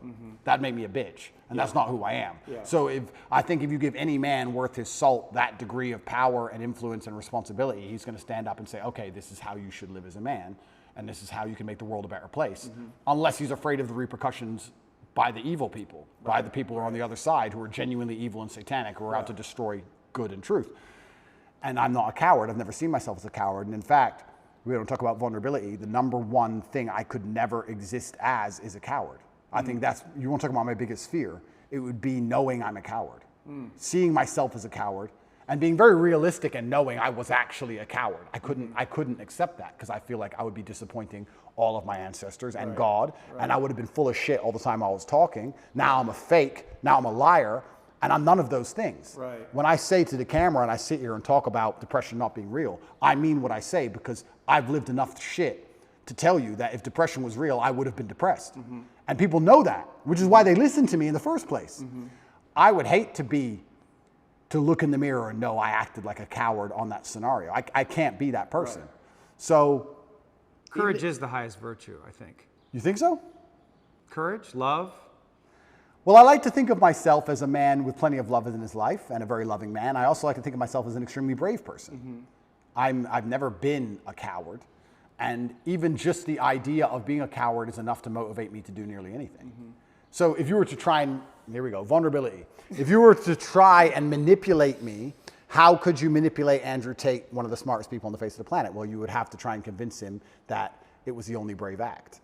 That's how I could be manipulated. Interesting. Now, I allow manipulation to find out where my enemy wants me to go, use my mind to break the trap, punish the perpetrators. I will allow them to manipulate me, and at the end of their attempt, I will decide whether I agree with their attempt or I destroy their attempt. Right. But that would give you the best possible chance. And I give you a perfect example of it. COVID, when on day one, when everyone got locked in their houses and they were talking about Italian hospitals being full and people were dying on the street in China, when everyone believed because it was brand new, day one, me and Tristan decided to fly to Sweden and just run around in nightclubs because it's the only open country. Did we do that because we have medical expertise? Did we do that because we were guaranteed to not get sick? Did we do that because we knew something other people didn't? No, it was the brave choice. The brave choice is to go do something reckless. We might all die. Let's die in a nightclub in Sweden instead of dying in our house. So we always have chosen and defaulted to the brave choice. And part of me, maybe when we talk about excitement, I love when God or life or the universe or whatever you want to call it gives me a chance to be brave. I love when he gives me an opportunity.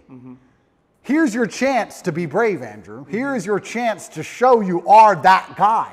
Here's your chance to have another story where everyone else would have failed, you would have succeeded. Here is your chance to win.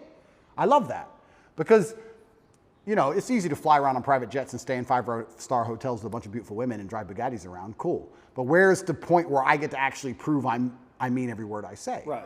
So God gave it to me. So yes, thank you. I agree. We agree. Thank you. And if God decides I have to go back, then the best mental model I can have is not the Romanian system of justice is unfair. It's corrupt. I got too big. The Matrix got me. No, the best mental model is God wants me to learn something here. And he's going to teach me that through suffering. He's going to make this difficult, and he's going to make me feel pain, and he's going to make this as hard as he decides it needs to be, so that I can sit here and learn things. So I'm going to go and sit with my cockroach friends, and I'm going to learn. I already learned things. I can tell you a bunch of things I learned. Even physical things. I would hunt cockroaches in the dark at night. I would stand to kill them. I'd stand near the wall and I'd measure out a palm strike directly, exact measurement, so I didn't hurt my elbow or my hand, to the wall. And I'd just sit and just wait. And I'd hear them crawling. And in nearly pitch black, I could hear one in front of me. Bam! I got to the point where I could kill them. Ninja for real. I was like, I'm learning shit in here. Right. So that was fantastic. I learned. Did you learn anything about yourself? This is again New information. That's all. I mean, you must have, right? I mean, you had a new experience, so there must be new information. I mean, you got tested, right? You're in jail, for fuck's sakes. Like, something must have popped into your mind. There must have been some revelation, some edge that you came to. It had to be, no? I'm exactly who I thought I was. I am 0% full of shit. I am exactly who I thought I was. 0% full of shit? If you would have told me, before I Not went, like 0.1, before I went 0.5. to, before I went to jail, before they put me in that dungeon, in the dark, with the cockroaches, if you would have told me how I would react to that scenario, I would have said to you, I would have suffered and it wouldn't have been nice, but I would have refused to break, and I would have been the kind of person who sat there and endured and emerged more powerful than ever before. That's what I would have said. Yeah. And that's what I've done. Yes, yes. That's exactly what I've done. Yes. So But that's not the question. no, it's not. There may be a side order of nightmares. I learned, I've never had nightmares before in my life. That surprised me. But they're here now. That's life. I learned that, I guess. I learned that when I got out of jail. I didn't have nightmares in jail, which is strange. I had nightmares when I got out. Maybe it's fear of going back. Don't know. Yeah. But what else did I learn about myself? I had already pre-decided and had already told the universe how I would act in said scenario. This scenario was not a scenario I hadn't discussed or didn't believe could happen to me. I had already analyzed, if this happens, what are you going to do? It was a pre-designated plan. And I just followed the plan I had already laid out for myself when I had already psychoanalyzed myself without my qualifications. I had already decided what I must do, so I did it. Yeah, yeah. And I was able and capable of following the plan and following through. Yeah. So I'm not a liar. I'm 0% full of shit. Right. I hear you. And if I was full of shit, I would sit here. Nightmares, though, but there's something. It's not full of shit, but just the something happened. Oh, completely. Right, because you're having nightmares now, so something is going on. Yes. That you don't like. Understand. That's all I'm getting. That's completely true. I performed exactly how I needed to perform and how I knew I would perform. So when I talk about being top G and mental control and depression is not real, everything I say is true. I performed exactly as I could. And I should. There is a side effect, which happens to be these nightmares. But my attitude towards the nightmares is, yes, thank you. Good. I don't want them to go away. They will go away when whatever needs to be dealt with is dealt with by my own mind. And like I said, if anyone else could fix them for me, I would not allow them to, because I believe it is my lesson and it's my pain and my trauma and it's mine to deal with. And if I have to keep them forever, I'll keep them. I am not afraid of feeling negative. I'm not afraid of it. I'm not afraid of having nightmares. I don't wake up going, I want to feel good. I don't care. So if I have to feel miserable, it doesn't bother me. I don't see why. In fact, I'm going to change that. I don't see how you can put such importance on how you feel as a man, because it makes you non-competitive. Well, but it makes you, what it does is it brings you into presence. And presence is the most powerful quality that you can have as a human being. And if you are not in touch with your feelings, if you disown them or you rationalize them in some way, you're not fully present. Completely agree. Right? So the reason we want to connect with the places we have fear or pain or sadness, right, or anger, whatever it is, it's not to feel it and let ourselves be a slave to it. It's just to let it come into our conscious awareness to know what it is. There's information there. It's data, right? And if we can be present with all that we feel, right, we're much more powerful beings. Now, it's super interesting you said that, because you're right. Because I wouldn't consider myself a present person.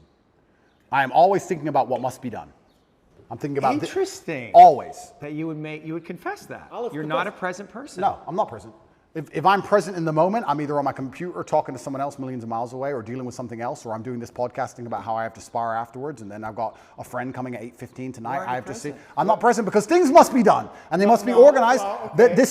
I am not competitive if I'm present. I need to do things. Now, I'll agree with you. You're right. I'm very rarely present. But here's my frame for presence, right? The reason I'm not all the way present, which is all the way here, is because there's something here that I don't want to feel.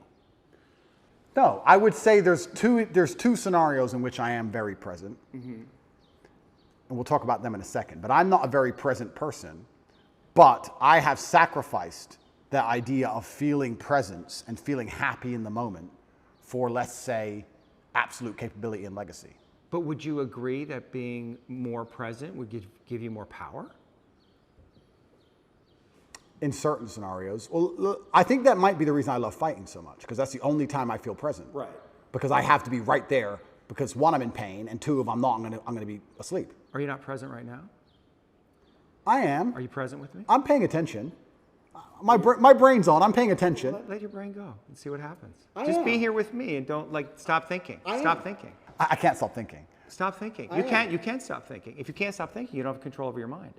All right, cool. So I stopped thinking, but And just be in the place where there's no thinking. Sure. And just feel yourself, who you are, and see what happens. See what happens. Yeah, and I believe I am. But I'm saying generally in life, I wouldn't consider myself a present person. I'm not the person who is enjoying the moment. Present. But I am now because I'm focused. But now I'm focused. But do you see the difference in the quality of the interaction we just had?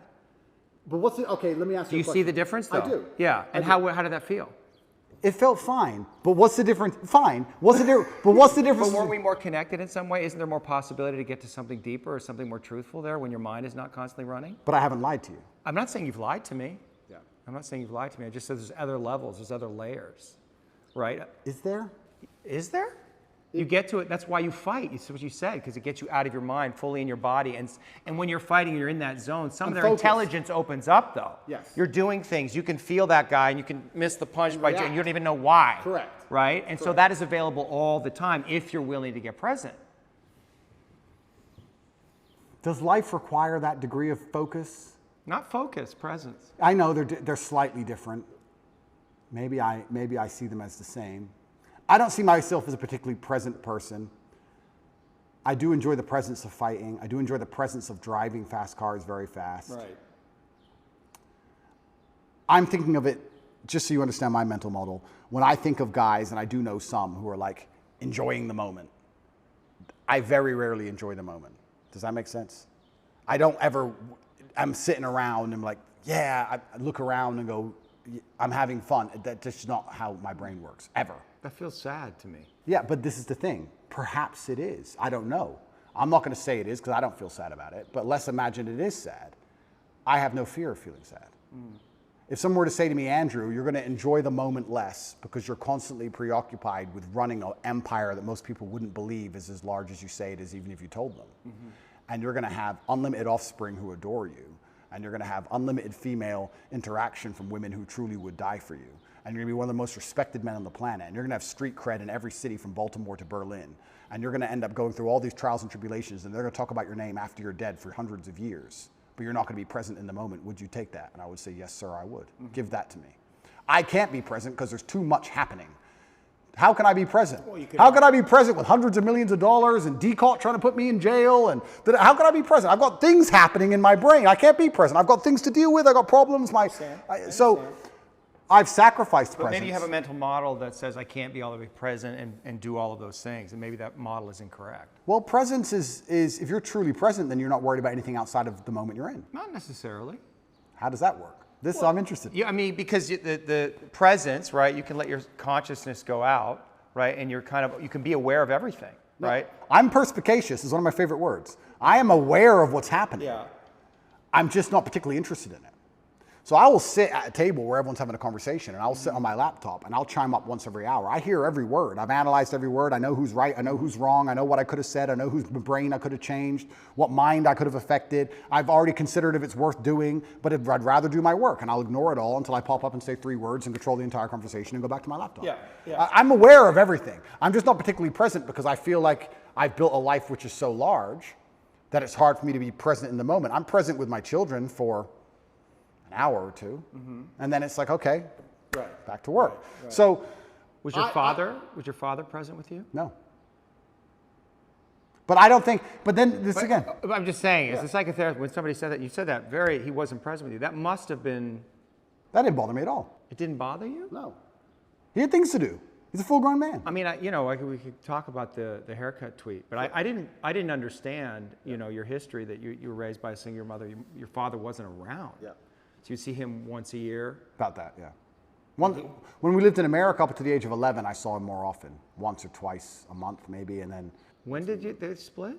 I was 10 when they left. But I always understood he's very busy and has a lot to do. So I never... Can didn't you see expect how him the to- boy might interpret that as my father doesn't care about me? No. You can see how, I understand you sitting here right now, but Yeah. you understand like a little boy I think a little boy... might think, A little- where's daddy? I want daddy. I'm here alone with mom. And he might be right, because some fathers may not care. But my father did care. Right. He was just very busy. But it must have been confusing for you. No. Not for the little boy? No. Like bring I'm being honest. I'm being honest. It wasn't. okay. I never for a or you cut off, or those feelings were so painful, overwhelming, you cut off from them so quickly and then created this mindset to deal with. I never for a second felt like he didn't care about me, ever. I never felt that. It didn't cross my mind. Consciously. Consciously. But is it possible that unconsciously you might have a different belief? Son. And that on some level, some of what you're doing in the world is motivated by that, like wanting to win the love of your father? I think that is semi-true, but I'll tell you, I think that's Which is fine, No, which no, is no. fine. That's It's not a semi-true. judgment. That's semi-true because I believe I have a duty to my ancestors. I don't think it's coming from a place of I'm broken trying to fix myself. I think I have the last name Tate. It was bestowed upon me, and I have responsibilities to live up to the last name Tate. Yeah. I do believe I have a duty to my ancestors. So is that trying to win the love of my father? Perhaps. I never felt unloved by my father, ever. In fact, I would argue I had the best father on earth. I never felt like I was owed all of his time. It was very clear to me at a young age that he's extremely busy and extremely important, and that I can earn his time, or that I can't have as much of it as I want. You have to earn his time? Yeah, That was absolutely. Yeah. a son should have to earn his father's time? Yeah, why not? Because he's a boy. True. And So the I father's love should be, No. at least for a boy, unconditional in some way. Love and time are not necessarily the same thing. Okay. If I told my father, I want to play chess, I want you to teach me chess, he could find 2 hours. If I said to Dad, I want to play video games, or let's watch TV together, he'd say, no, son, I have things to do. Right. So to a degree, I'd earn his time. Yeah. His time was valuable and it could not be wasted. Yeah. I feel like I have a duty to my ancestors. I don't feel like, and when I'm in jail, I feel like I can't disappoint him, and I feel like I do good for the world. I don't think this is me being some kind of broken secret. This is where we're going to disagree. You're going to think I'm some broken child inside or something. Okay, well, the inner child, or I'm guessing, but Well, yes, inner child. okay, Yeah. I don't think it's anything to think do you with have that. an inner child? I think it's duty. I think I have duty and I have honor. Yeah, I understand you have duty as a man, but that doesn't mean the inner child is not there. And I guess that's, if the inner child has been disowned in some way, or his feelings have been relegated to the unconscious, like that's impacting you, that's affecting you. And knowing what those feelings are and how they impacted you, I think would be important information for you. But I was never sad. I can't say I had a hard childhood. I can't say I was sad. I can't say I wish he was different. Once again, and once again, let me psychoanalyze myself. Yeah. Once again, this might be rationale. I might be rationalizing. Yes. I might say, well, whatever happened made me the person I am today, and I love who I am today, so I'm glad it was the way it was. Perhaps. But once again, I think that puts me in the correct mental framework to be as capable as possible. I'm not going to sit here and say, I wish my dad did something else. What's the point? That's asinine. Both things can be true, though. I wanted to see my father more. I wish he was there, and he wasn't. And now I'm here, and I'm going to make the best of it. And this is the result of that. And I've turned myself into this beast because of it. I mean, you made the most of the situation, but that doesn't discount the place where you may have wanted more from him. You may have wanted more love, more connection, just more time. I think my father did the best he knew how to do, and second, he did exactly what was necessary to make me the person I am today. Would it be okay for you to be angry with your father? No, absolutely not. Why It's not? disrespectful. Why not? Why? Because he's my father. But I'm not saying that you would have to confront him. I mean, obviously he's not here, but it's just like. That's selfish. But if it's just a feeling, right? If it's just a feeling that wants to come. It's ungratefulness. Well, you're judging the feeling. Yeah, I am. Yeah. For me to sit and say to the man who made me the man I am today, Yeah. who I, once again, never felt unloved by, who tried his very best to raise me, who sacrificed for me to exist, who gave me my last name, who bestowed upon me the honors and principles and morals I live by today, Yeah. for me to be angry at him because he was busy some days would be brutally ungrateful. No, It's I'm a not feeling. allowed. No, I'm not allowed that feeling. It's ungrateful. I refuse to accept it. I refuse to feel it. I truly believe I had the best father on earth. I truly believe it. I don't believe, even now, if I have sons, I don't talk about what children I have publicly, if I have sons or when I have sons or my sons I have, whichever one it is, they will get my time, sure. They will get my dedication, absolutely. But I have expectations of them because of their last name. And they're going to have my time while we're working towards something fantastic. I'm not going to just sit around with my kids just for hours because they just deserve it. There's no participation trophies in the Tate household. Right. And time is a trophy, and it must be earned, like everything else in life. So I'm not going to sit and have sons and go, well, he's my son, so we're just going to all day do fucking nothing. No, we're going to all day do something important. For sure. Or I'm going to go do something important. And he can sit around and do nothing by himself. For sure, but you can also imagine if you had sons and you saw them once a year, that would have an impact on them. Like, how would you feel about that if you had sons and you only saw them once a year? I think I'd miss them, of course. They'd miss me. I bet your dad missed you. Oh, completely. Absolutely. I bet he was sad there. Oh, completely. And I wonder if he had self-judgment about it. I wonder if he questioned himself. Well, I think as a man... Because would you do that? Well, as a man, you have to make a choice. And I think it used to be more binary than it is today because of the nature of money and empire and how things work. But as a man, you have to make a choice. You either go to war and come back with stories, or you sit at home all day and be a second mother, and then you're not a man. You have to find the balance between the two, right? Yeah.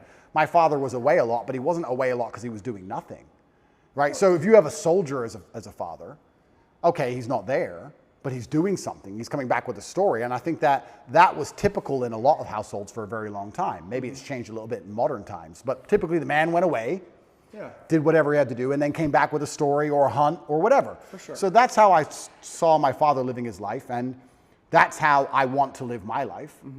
I will do the same thing. I don't think I would be the same man if I decided to say, okay, I have a son now, so I'm just going to stay at home.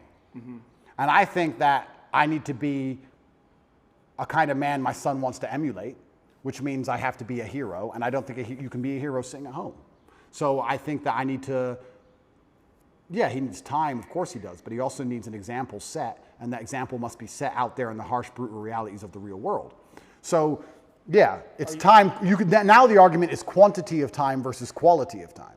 And I would argue that the quality of time I will give my sons is going to be much higher than You would want to give them that. Oh, completely. You'd want to give your sons more quality time than you had with your father. I'll give them the exact same amount as he gave me. Will you? But if I'm happy with Would you not want to give them more? I may want to. You wanted more. I didn't say I wanted more. Oh. That's smart. I didn't say I wanted more. You didn't? Yeah, No. You must have. No, I'm saying that Boy wants time with his daddy. It has to be true. if I wanted it, I could have earned it anytime I wanted. Well, are you sure about that? I'm pretty sure, yeah. When we go, I don't know if we need to read the tweet, but it's like, your mom was pretty upset with him. So he was like, I'm not coming back here. It wasn't just about you, it was about your mother. Oh, completely. And I think my father sacrificed his marriage for us boys. He sacrificed his marriage and his relationship with my mother to ensure that us boys were taught the way he believed we should be raised. My mom was very unhappy with certain things he did, which he insisted on doing anyway because he saw his legacy in us as more important than his marriage with my mother. But I'm not saying, look, if my son calls me and says, I'm really upset, I need to talk to you, I'm not going to say, no, you can't talk to me. I'm not psycho, right? I understand all of these things. I'm just saying, obviously we're talking about a very general scenario. The general scenario is, I'm a man, I'm away at war, I come home with a story, or if I'm spending time with my son, I want us to be building him as an individual. I believe that the mother does a lot of the day-to-day keeping the child alive, changing diapers, feeding them, etc. And the man is the one who instills a lot of the mindset, and the man is the one who grows them in very important ways. And I think to do that, I need to be a man of genuine capability. And I would argue that the 2 hours a month or 2 hours a week or whatever I spent with my father, him being the man he was worth more than the 200 hours a month that most men spend with their fathers. That's why I am the man I am. Yeah. So there'll be some fathers who sit and say, I could never do that to my son. Well, what can you do? You can go do fucking basically nothing with your life, pay your taxes, come home, be bitched at by your wife, be quiet about it, and be with your son all the time. Sure, you win in quantity of time, but who you are as a man and what the lessons you can really teach, you lose in quality of time. So I believe my father was such a fantastic figure that it's the quality of his time that made up for the quantity, and the only way to do that is to go out in the world and be fantastic. And we can actually extrapolate this out to other things. Let's look at relationships, for example. I see men who spend every day with their woman. That's fantastic. That's fine. That's how he elicits her love and her attention. Are you rationalizing? I'm completely. That's how he I am. Okay. That's how my brain works. Yeah. I see men who spend every day with their woman, which is fantastic. He wants to, she wants to, that's great. They're happy. She feels loved and she feels respected and she's glad she has all of his time. When you reach a certain quality of man, a certain level of man in terms of competence, a certain echelon, I don't have to spend all day with a woman. I can see a woman 1 hour a month and she'll be loyal to me because I'm me. Right. Because the quality of who I am and the quality of my time outweighs the quantity which can be offered by a lesser being. Yeah. So you can put this in nearly any dynamic. You can put it in a romantic relationship and also in a family dynamic. Once you reach a certain level of competence, once you're at the highest echelons of human achievement, your time is by extension more valuable and extrapolates out. An hour with the president is worth more than 100 hours with a guy at McDonald's. Yeah. It's the same. Yeah. So I think my father raised me by not being there. He raised me by being out there and doing so many fantastic things and being such a fantastic individual that I understood I had a duty to him and a duty to my last name, and I can't be his son and not be fantastic. So I think he raised me in absence. That's what I think he did. You're proud of yourself that you got there. You won that one. But I think he did. That's good. No, that's actually a fair argument. That would be the argument about God's will. That was God's will. Correct. Yeah. And so I have to surrender to it, and this is what it is, and my task is to deal with it. And maybe there are feelings you have about it that you don't fully understand, but that's okay. Yeah. You know, you're here now, and you're doing your thing, and you're living your life, and it's all good. Yeah. So let me ask you, and maybe this will be the last question. I can go forever, my friend, so you tell me. We'll see. And I am, and the reason I wanted to talk to you is because I genuinely did want to learn about myself. Yeah, I know. And I do like discussing these things, and like I said, I'm being as vulnerable as I can be. I'm not, if you feel like I'm shielding, I'm truly not trying to. Well, when we shield, it's so habitual, it's so quick. Right, our defense is, we become identified with our defenses, so we don't even know when we're doing them. That's true, but I also feel like the framework that I've instilled, the rational mind, everything is going through this filter. This is how my brain operates. My filter is brutal rationality. Yeah. That's the filter. So no matter what we're discussing or any conversation we're having, it has to go through this filter, and I end up rationalizing because that's the way I've always functioned. Of course. And so I can't turn off that. I can't start saying things that don't make sense to me. Yes, and what I'm also aware of is that I am bringing my own filter, and you're open to it. You're not closed off to it. You're listening. You're curious about it. So I sense that too, and I appreciate that. You know. You identify, you talk about yourself as a man of capability. Correct. Man of courage. Yep. Right? Man of action. Yes. Are you a man of love?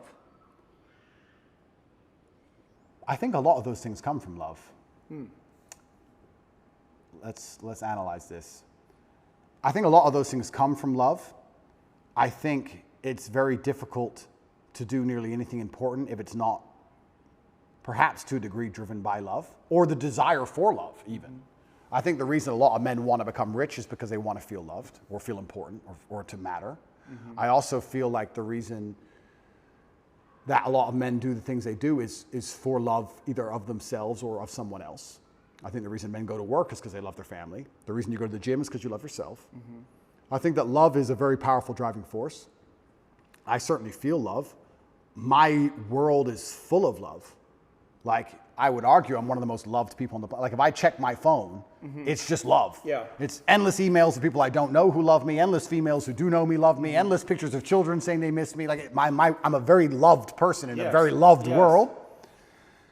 I love a lot of people. You love. I absolutely love, but because I believe in myself so strongly, I feel like the way I love them is to have a degree of authority over them. Not in a crazy psychopathic way, but in a I love you, so you should do this. Right. I love you, so act this way. I love you, so don't do that. Almost in the same way a parent loves a child. You love your child, so you don't let them eat candy all day because you love them. Yeah. I'm like that with everyone in my life because I see myself as the most competent person on the planet. So I'm like, I love you, I care about you. You shouldn't do this way. Right. Because you may think you know better, but you don't. You don't know better than me. I know best, and this is how it should be for anyone I care about. I guess the reason I asked the question is, can you defeat the matrix by fighting it? Or can you only defeat the matrix through love? Absolutely, that's a very astute question, and you're asking because you already know the answer. And you already know the answer. Of course, only love can win. Yeah. Only love can win. Yeah. And it's the most powerful driving force on the face of the planet. It always has been. And it's only when people are going to wake up and have a true love for themselves and love for their community and love for their children and love for these things that we're going to start to resist the evil and the Satanism and the insanity which is coming in the world today. But I believe, as a man at least, your love only has value when you're capable, which is why perhaps I'm so obsessed with capability, because I want my love to have value. We talked about how time has value when you're at a certain echelon. I would also argue that love has value at a certain echelon. If I'm in love with a girl, she can get a lot more from that love than if a Joe Schmo's in love with her, right?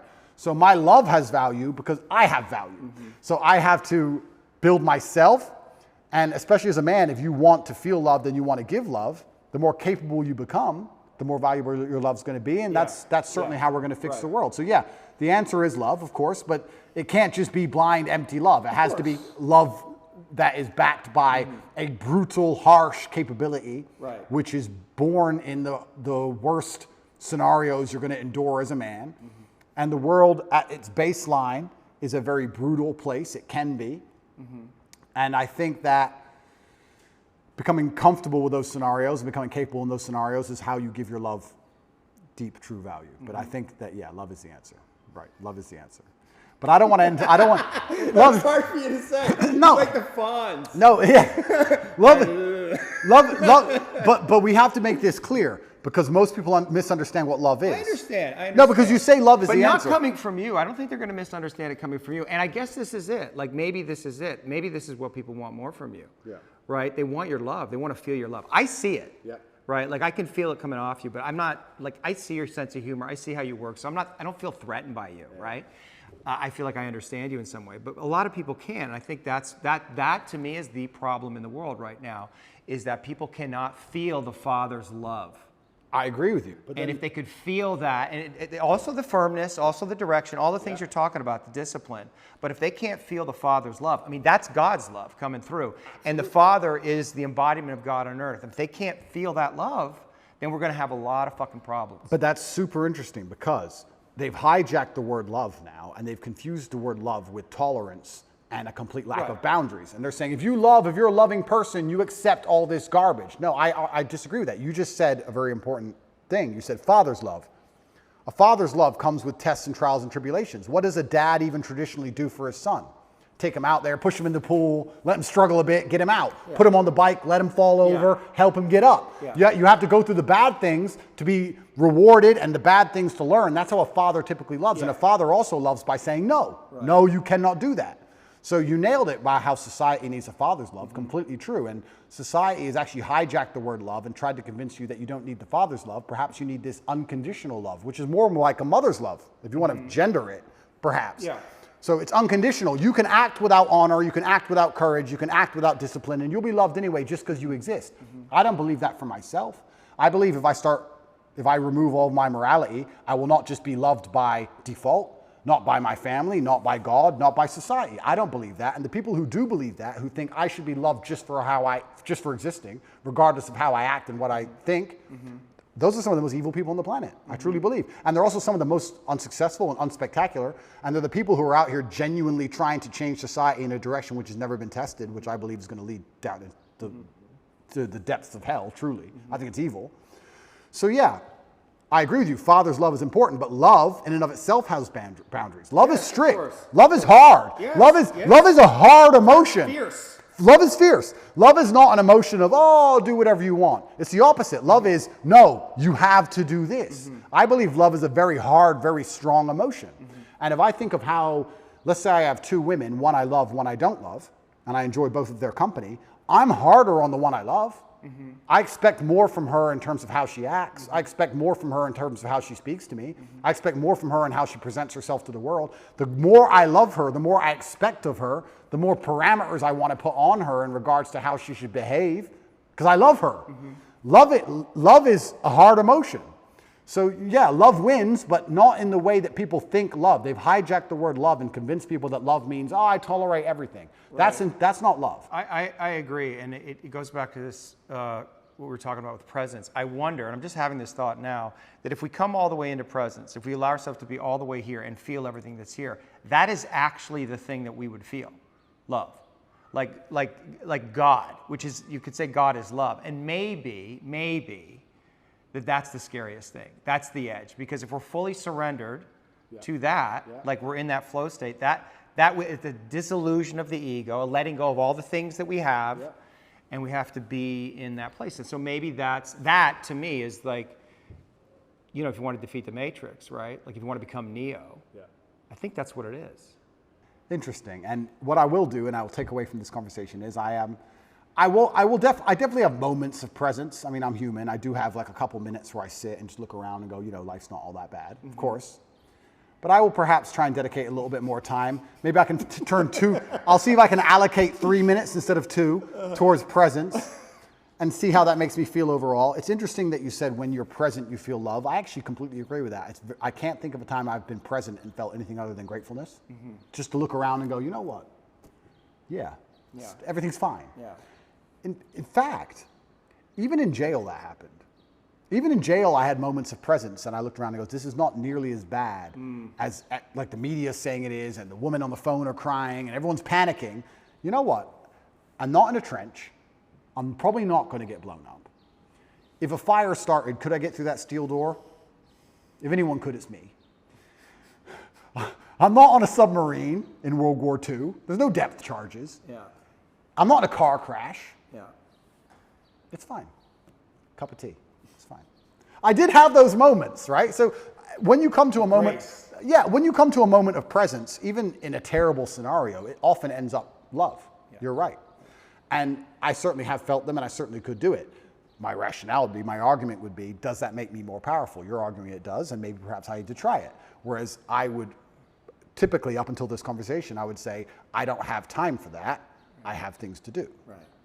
So that's where it all comes down to. And then it comes down to, like I said earlier, am I here as a human to enjoy my experience as a human and enjoy being in this vessel and have as much fun as possible and be as present as possible? Or am I here to make the biggest impact I can possibly make and build a legacy?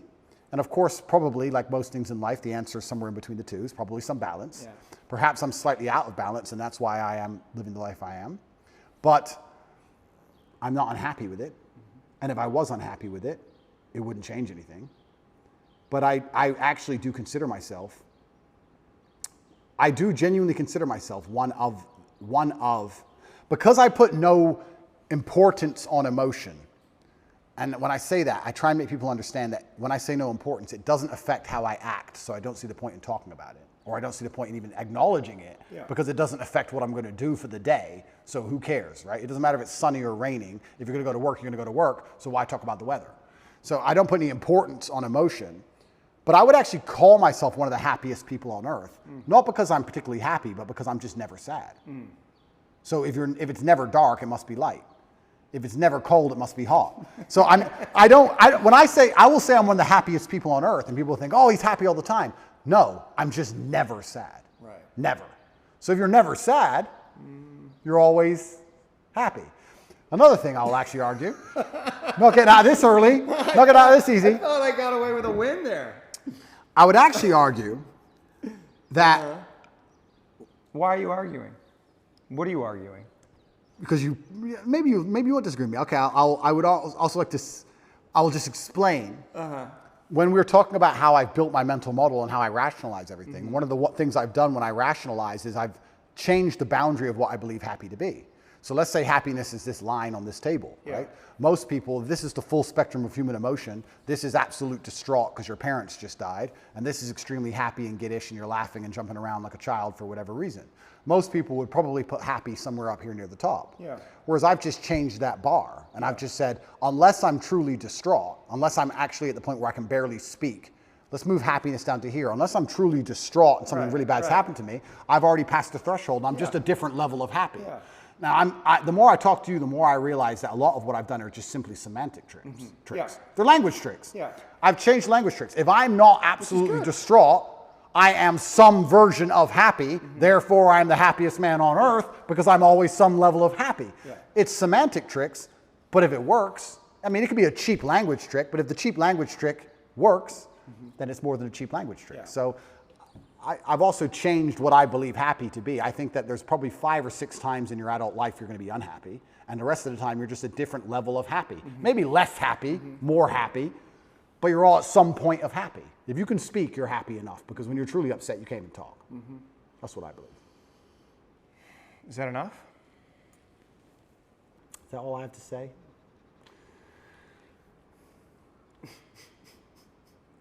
It's interesting, yeah, because So here, you want me to tell you what I noticed? Sure. It is hard for you to stay present. Right? Like you come present, and then you go to a thought, you go to an idea, and you talk, and it's very convincing, and it's very persuasive.